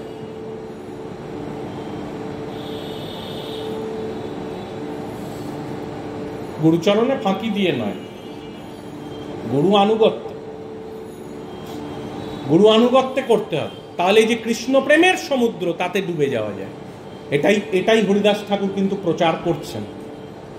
কৃতে যোধ্যায়ত বিষ্ণুম, কৃতে যে ধ্যায়ত বিষ্ণুম, ত্রেতায়াম যজতা সুখৈ, দ্রাপরে পরিচর্যায়াম, কলৌ তদ্ধরি কীর্তনাথ। কৃতে ধ্যান, আমরা ধ্যান করতে পারি না কলিযুগে, সামান্য মনোসংযোগও আসে না, তাই কলিযুগের জন্য ধ্যান নয়। ত্রেতায়াম যজতা মুখ্যৌ, মানে মুখ্য ত্রেতায় হচ্ছে যজন করা, যজ্ঞ করা। দ্রাপরে পরিচর্যায়াম, অর্চনা। কলৌ তদ্ধরি কীর্তনাথ, কলিতে কীর্তনই একমাত্র উপাস্য সাধন ভজনের দিক থেকে। কলিতে সংকীর্তন করলে এই 3 যুগে যা যা ভজন সাধন যার উপায়, তার থেকে অধিক ফল মেলে এবং অতি সহজে মেলে, অতি সহজে মেলে এবং অধিক ফল মেলে। মহাপ্রভু বলছেন, ভজনের মধ্যে শ্রেষ্ঠ নববিধা ভক্তি, কৃষ্ণ প্রেম কৃষ্ণ দিতে ধরে মহাশক্তি, তার মধ্যে সর্বশ্রেষ্ঠ নাম সংকীর্তন। এই যে তার মধ্যে সর্বশ্রেষ্ঠ কি না, তার মধ্যে মহাপ্রভুর কথা, এই ভজনের মধ্যে যে নবদ্বিধা ভক্তি, এই শ্রবণ কীর্তনং বিষ্ণু শরণং অর্চনং বন্দনং পাদ সেবনং সক্ষাৎ বনিবেদনম, যেগুলো রয়েছে, তার মধ্যে সর্বশ্রেষ্ঠ হচ্ছে হরিনাম সংকীর্তন। একমাত্র হরিনাম সংকীর্তনই হচ্ছে তার মধ্যে সর্বশ্রেষ্ঠ, তার উপরে আর কিছু নেই। প্রভু তাই আচরণ করছেন। কোথায় আচরণ করছেন না, গম্ভীরায় আচরণ করছেন। স্বরূপ রামলায় ললিতা বিশাখা প্রভু আমার শ্রীরাধিকা, কোথায় রয়েছেন না গম্ভীরায়। গম্ভীরার ভেতর কবি কি করছেন না, বহিরঙ্গ সঙ্গে করেন নাম সংকীর্তন। প্রভু যখন বহিরঙ্গ আছেন, সবার সঙ্গে যখন রয়েছেন, তখন সঙ্গে করে নাম সংকীর্তন। অন্তরঙ্গ সঙ্গে করেন রস আস্বাদন। আর অন্তরঙ্গ সঙ্গে কিন্তু প্রভু রস আস্বাদন করছেন। এইখানে একটা প্রশ্ন আছে। প্রশ্নটা হচ্ছে যে, যদি প্রভু অন্তরঙ্গে রস আস্বাদন করেন, তাহলে সাধনের পরিপক্ক দশায় স্মরণকে মুখ্য বলা হয় নাকি?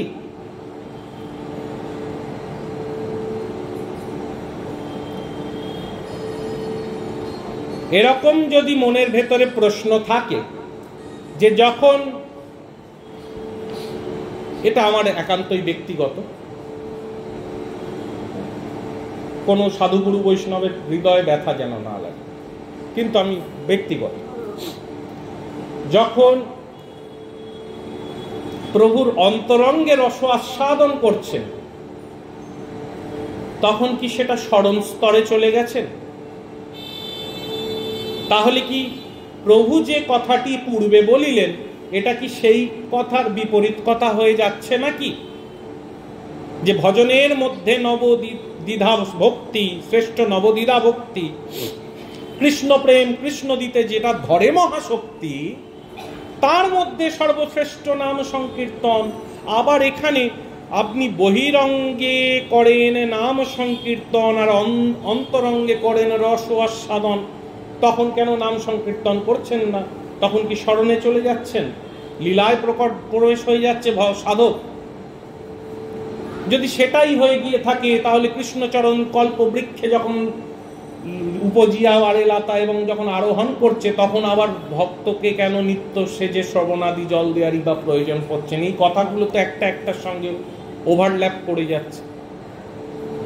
আমি ওভারল্যাপের বাংলাটা ভুলে গেছিলাম, জয়নিতাই।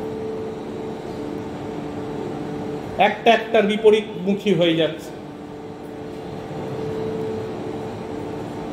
বলছেন মহাপ্রভুর চৈতন্য চরিতামৃতেরই একটা জায়গায় আবার লিখছেন যে প্রভু অন্তরঙ্গে কি করছেন। চণ্ডীদাস বিদ্যাপতি রায়ের নাটক গীতি। প্রভু কি করেন না? চণ্ডীদাস পড়েন, বিদ্যাপতি পড়া হয়, রায়ের নাটক গীতি, জগন্নাথ বল্লভম নাটকম, কর্ণামৃত কালকেই পাঠ হচ্ছিল, শ্রী গীত গোবিন্দ। মহাপ্রভু রাত্রি দিনে স্বরূপ রামানন্দ শনি, গায় শুনে পরম আনন্দ।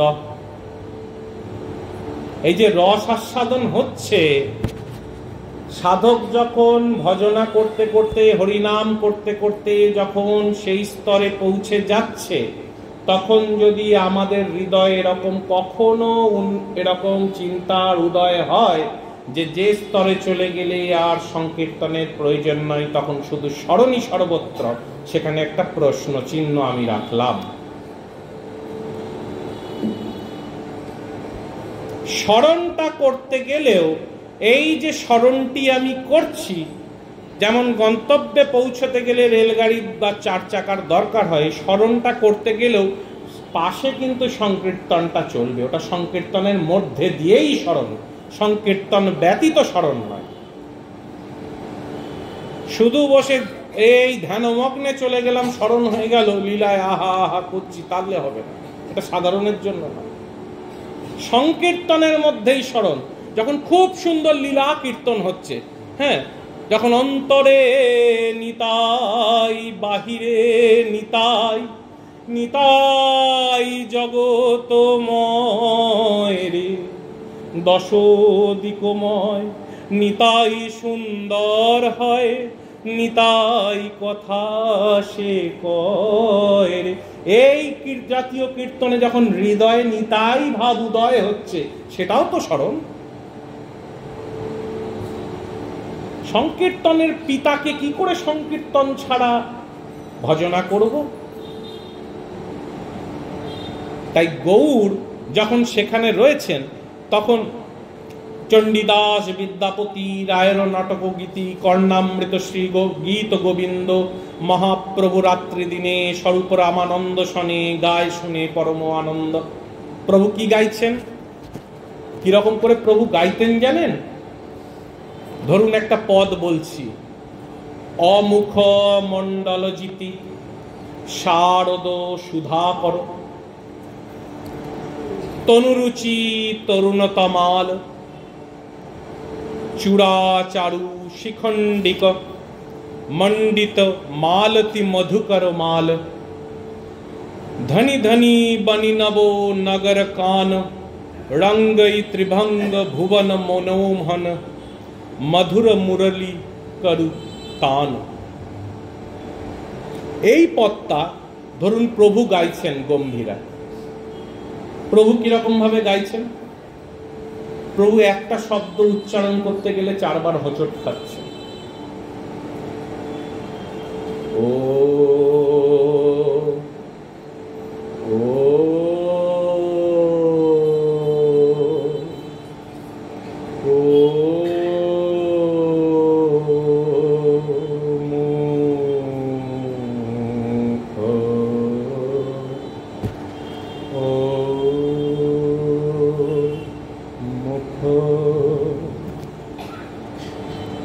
প্রভু কিন্তু স্মরণ করছে।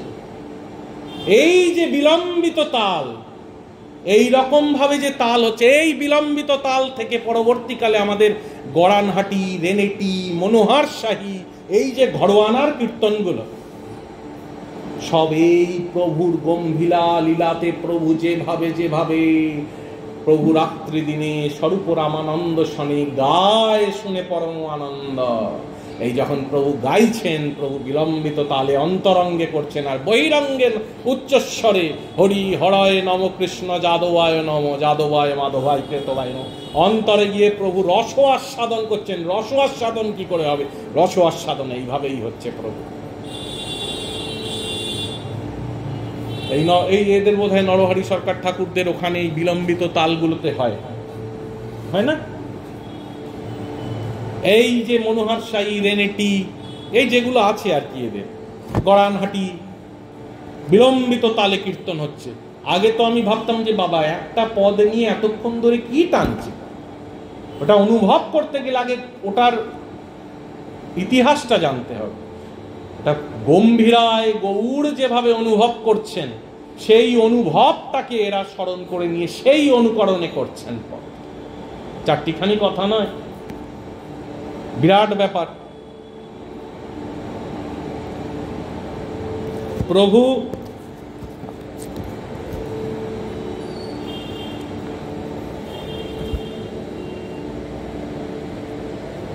এই গম্ভীরা এই সময় হরিদাস চলে যাওয়ার পরে প্রভুর কিরকম অবস্থা হয়েছে বলতে ইচ্ছা করে। এই মতো মহাপ্রভুর রাত্রি দিবসে প্রেম সিন্ধু মগ্ন রহে, কভু ডুবে ভাসে। মহাপ্রভু দিন রাত প্রেম সিন্ধুতে মগ্ন হয়ে রয়েছে। কখনো সম্পূর্ণ বাহ্য জ্ঞান শূন্য হয়ে যাচ্ছে, কখনো অর্ধ বাহ্য জ্ঞানে রয়েছেন। গম্ভীরা লীলার শেষের দিকে এককালে বৈশাখের পৌর্ণমাসী দিনে রাত্রিকালে মহাপ্রভু চলিলা উদ্যানে। এক বৈশাখের পূর্ণিমায়, এই বৈশাখ পূর্ণিমায় আমাদের সোনার গৌর প্রতিষ্ঠিত হয়েছে। সেরকমই এক বৈশাখ পূর্ণিমায় পৌর্ণমাসী কাত্যায়নী রূপে পূজিমা, সেরকম পৌর্ণমাসী রূপে পূজিমা, এদেরকে আমরা পুজি। এই পৌর্ণমাসী মানে হচ্ছে পূর্ণিমার রাত্রে। বৈশাখের পৌর্ণমাসীর দিনে একদিনের একটা ঘটনা বলছি। এককালে বৈশাখের পৌর্ণমাসী দিনে রাত্রিকালে প্রভু চলিলা উদ্যানে। জগন্নাথ বল্লভ নাম উদ্যান প্রধানে। জগন্নাথ মন্দিরে সেই উদ্যানটি এখনো রয়েছে, এখন আর ঢুকতে দেয় না। বাঙালিরা গিয়ে এমন অত্যাচার করে আর ঢুকতে দেয় না। অসময় গেলে অনেক সময় গেটটা খোলা থাকে। জগন্নাথ বল্লভ একটা উদ্যান, সেখান থেকে জগন্নাথের ফুল যায়, সুন্দর বাগান সাজানো। জগন্নাথ বল্লভ নাম উদ্যান প্রধানে প্রবেশ করিলা প্রভু লইয়া ভক্তগণে। মহাপ্রভু সমস্ত ভক্তগণ নিয়ে সেই উদ্যানের মধ্যে প্রবেশ করছেন। প্রফুল্লিত বৃক্ষবল্লী যেন বৃন্দাবন। প্রভু তো অর্ধবাহ্য অবস্থায় আছে, প্রভু বৃন্দাবন দর্শন করছেন। সমস্ত ভক্তগণ সঙ্গে রয়েছেন, প্রভু একা নয়। বাগানে ঢুকের মধ্যে প্রভু দেখছেন, যেন অনুভব করছেন যেটা আমি বৃন্দাবনে চলে এসেছি। শুক শাড়ি পিক ভৃঙ্গ করে আলোপন। সমস্ত সুখ শাড়ি, সমস্ত পাখিরা সেখানে, এবং ভৃঙ্গ মানে হচ্ছে ভ্রমরের শব্দ হচ্ছে। রাত্রির বেলায় চিন্তা করুন, বৈশাখী পূর্ণিমার দিন মহাপ্রভু ছুটতে ছুটতে অর্ধবাহ্য অবস্থায় চলে গেছে। পেছন পেছন স্বরূপ দামোদর রামরায় সব ছুটছে, সমস্ত ভক্তরা চলে গেছেন। সেই উদ্যানে গিয়ে প্রভু যখন দাঁড়িয়েছেন, তখন উদ্যানে 6টি ঋতুই এসে প্রবেশ করেছেন। গ্রীষ্ম, বর্ষা, শীত, বসন্ত, হেমন্ত সবাই এসে গেছে। এই বসন্ত হচ্ছে ঋতুরাজ।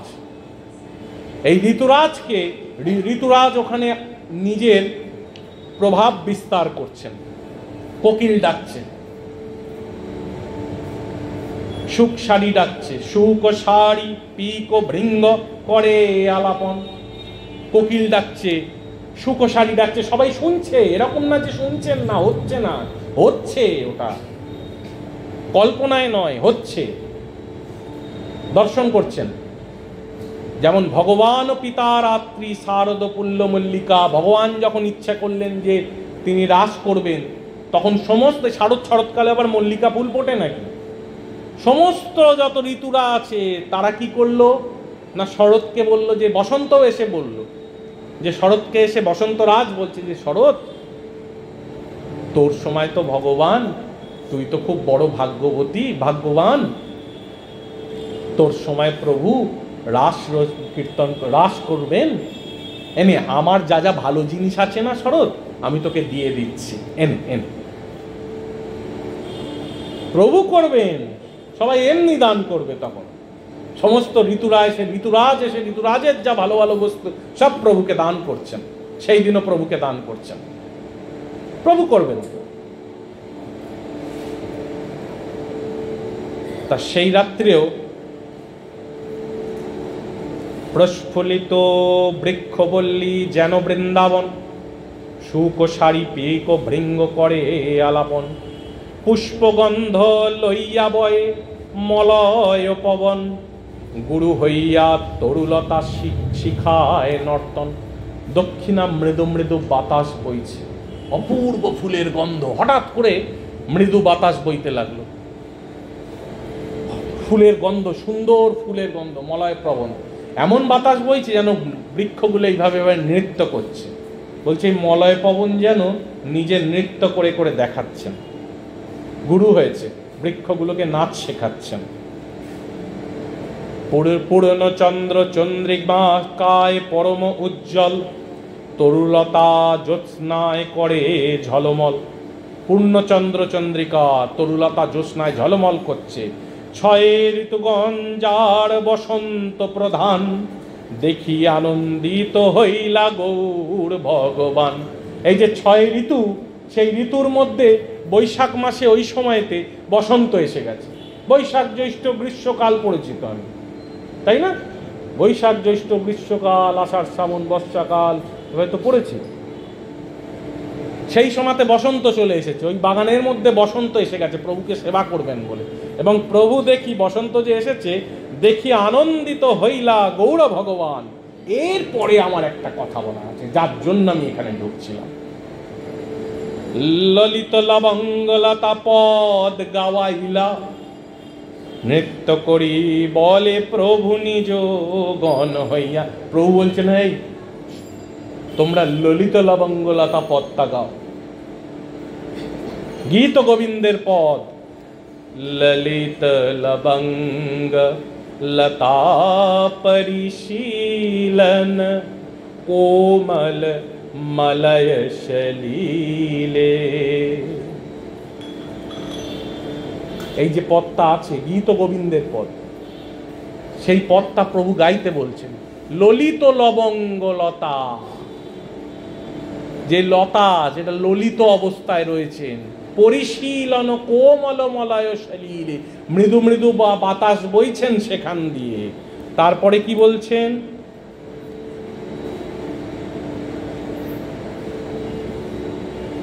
বিহরতি হরিরিহ সরস বসন্তে, বিহরতি হরিরিহ সরস বসন্তে।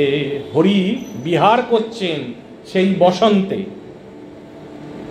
নৃত্যতি যুবতি জনেন সমং সখী, বিরহ জনস দুরন্তে। বিহরতি হরিরিহ সরস বসন্তে।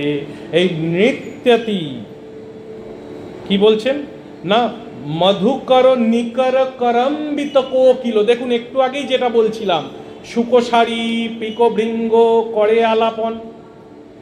মধুকর, ভৃঙ্গ মানে মধুকর, মধুকর নিকর করম্বিত কোকিল, কুঞ্জ রচিত কুটিরে। এই যে কুঞ্জ কুটিরের মধ্যে মধুকর মানে ভ্রমর এসে গুনগুন গুনগুন গুনগুন গুনগুন করছে, কোকিল এসে কুহু কুহু কুহু কুহু করে ডাকছে। সেই পদ মহাপ্রভু গাইতে বলছেন। প্রভুর আবেশ আসছে তাতে আরো বেশি, প্রভুর আবেশটা তত আরো বেশি করে বাড়ছে। প্রতি বৃক্ষ বল্লী হইছে ভ্রমিতে ভ্রমিতে প্রতিটা কুঞ্জে গিয়ে মহাপ্রভু দেখছেন, প্রতি বৃক্ষের তলে গিয়ে প্রভু এইভাবে দেখছেন। অশোকের তলে দেখে কৃষ্ণ আচম্বিতে, হঠাৎ করে দেখতে দেখতে দেখছেন সামনে অশোক গাছ আছে, ওই তো কৃষ্ণ, ওই তো সামনে কৃষ্ণ দাঁড়িয়ে আছেন, প্রভু দর্শন করছেন।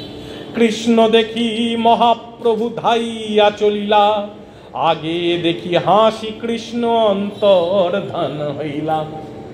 মহাপ্রভু অশ্বত্থবটের নিচে দৌড়বে কৃষ্ণ কৃষ্ণ কৃষ্ণ কৃষ্ণ করে, হ্যাঁ, যাহা যাহা নেত্র পড়ে তাহা কৃষ্ণ স্ফুরে।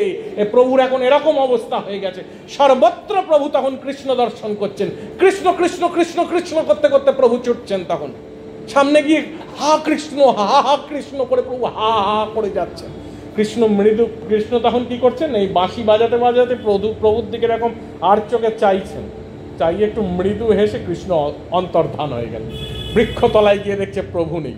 প্রভুর কি অবস্থা তখন চিন্তা করুন।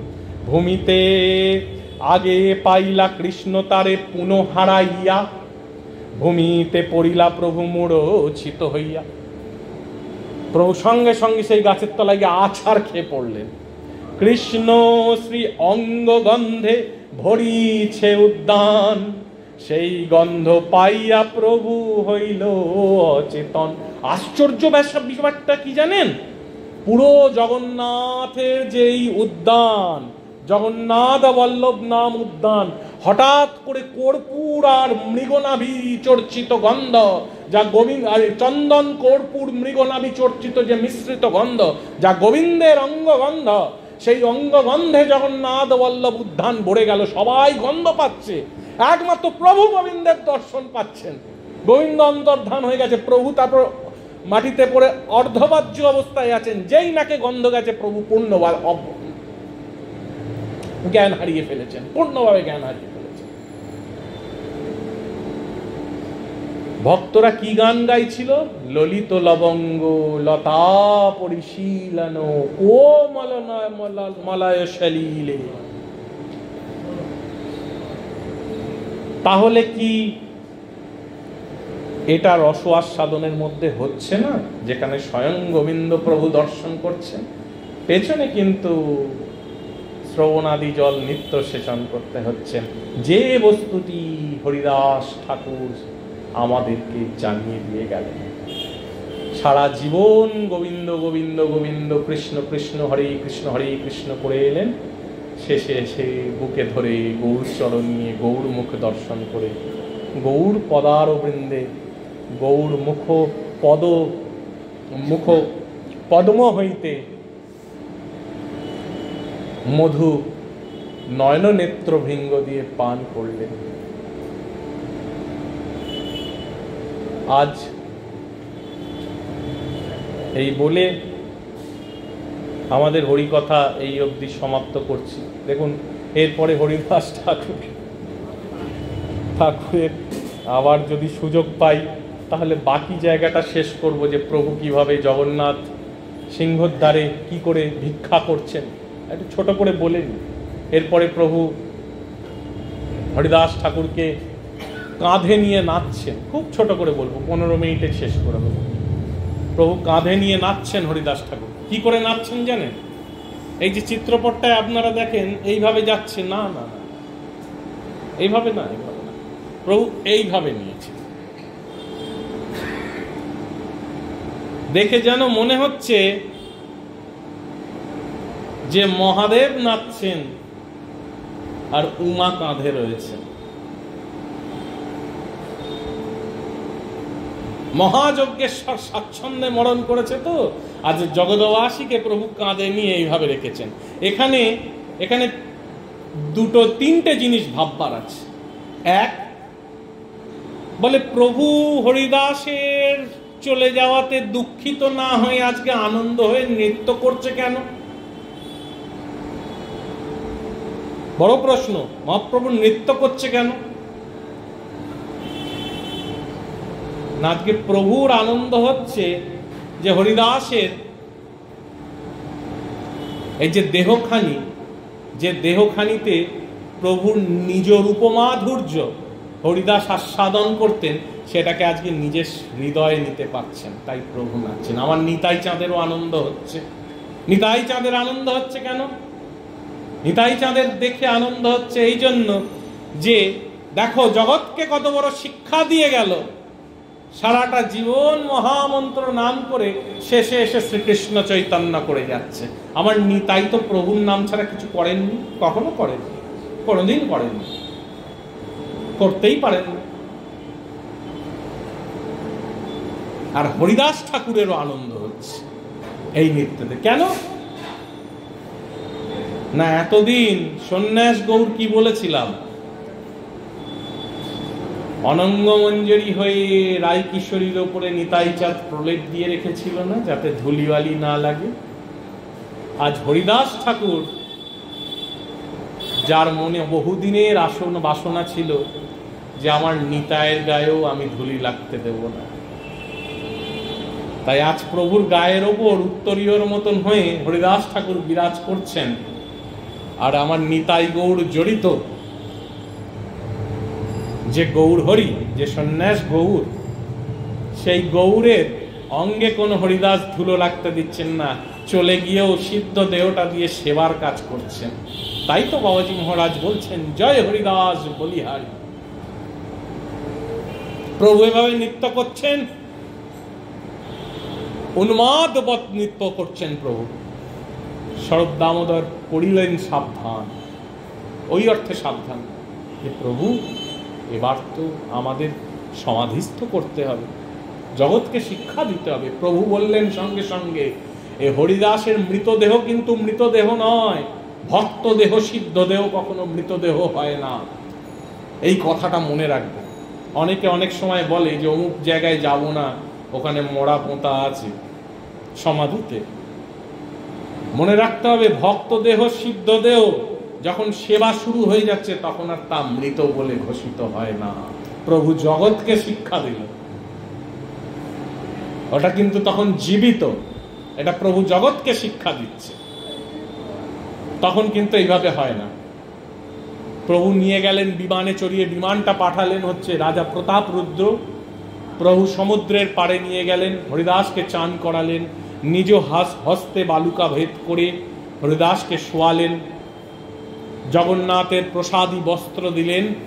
হরিবোল হরিবোল গলে বলে গৌর রায়, আপনি শ্রী হস্তে বালু দিলা তার গায়ে।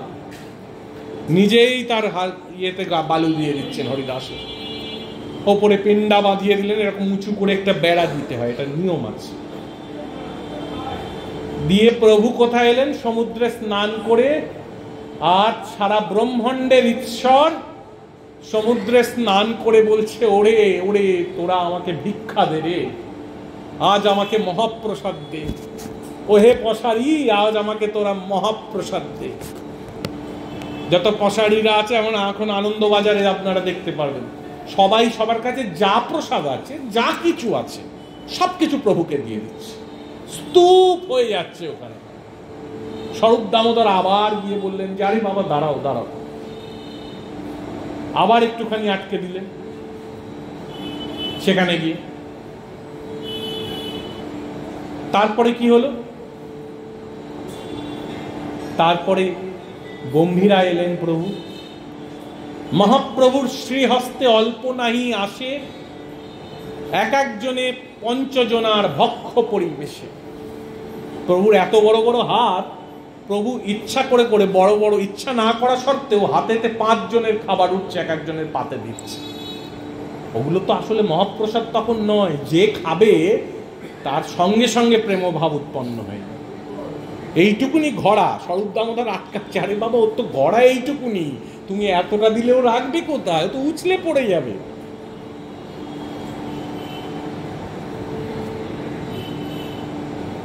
সব ভক্তগণ মহাপ্রসাদ পেয়ে হরিদাসের জয় জয় করছেন।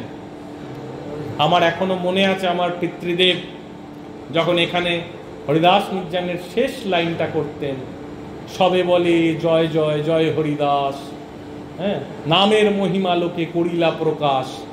হ্যাঁ, এখানে উঠে শুধু ওই লাইনটার ওপরেই নৃত্য করা হতো, ওটা বসে হতো না।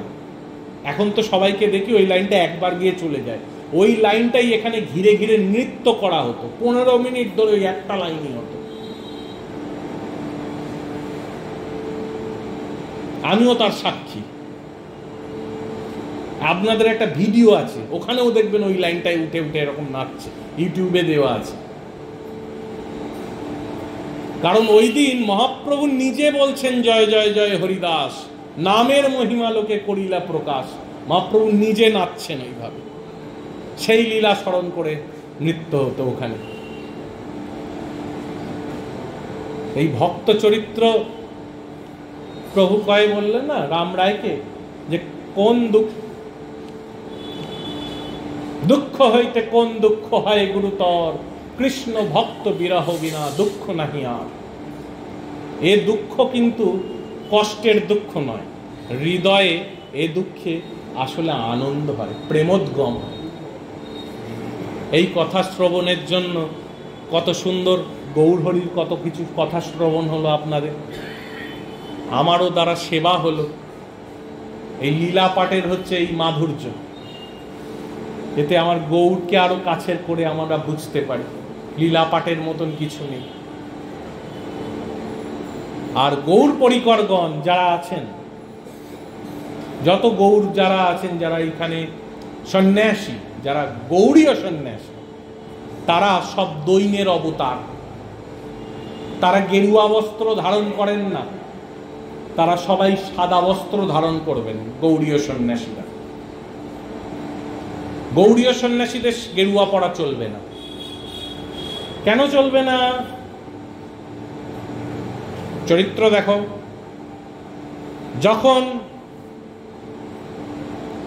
যখন প্রভু সনাতনকে শিক্ষা দিচ্ছেন, দেখো তো চন্দ্রশেখর গেটে কেউ বসে আছে কিনা। বলে প্রভু একটা দরবেশ বসে আছে। দরবেশ বসে আছে, আর তো কাউকে দেখছি না, কোনো বৈষ্ণব। বললো ওকেই নিয়ে এসো। ওকেই নিয়ে এসেছে।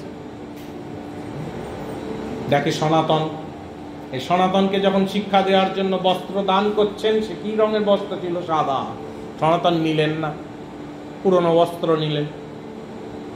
নিজের শালটা অব্দি ছেড়ে দিয়ে এসে ওই ঘাটের ধারে এক দরিদ্র ছিল, তার যে ছেঁড়া খোড়া ছিল, ওই ছেড়ে একটাই কোমরে বাঁধলেন, একটা কাঁধে ফেললেন, হয়ে গেল। আর যদি বলেন গৌর নিজে তো নিয়েছেন, তার তো সবার প্রথমে হচ্ছে এটাই যে ভগবানের আচরণ অনুকরণীয় নয়, অনুসরণীয়। গোবিন্দ রাস করছেন, আমিও রাস করব, তাহলে তো গোবিন্দ গিরি গোবর্ধনও তুলেছে, তাহলে আমি একটা থান ইট কেড়ে আঙুলে তুলে দেখাই।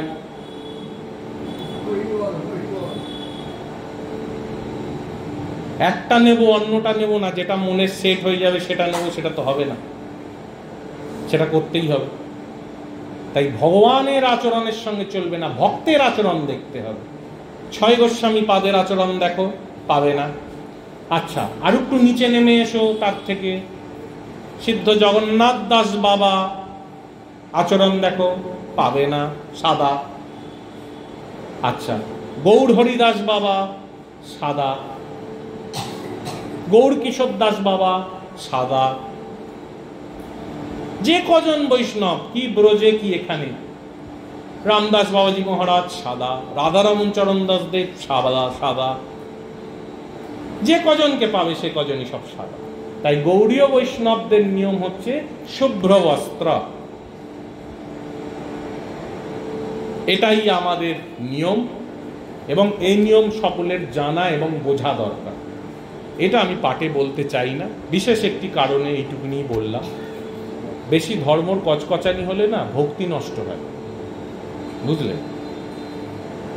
না করাই ভালো। জয় জয় নিতাই। আসুন আমরা নিতাই বলে বলি, জয় নিতাই গৌর হরি বল।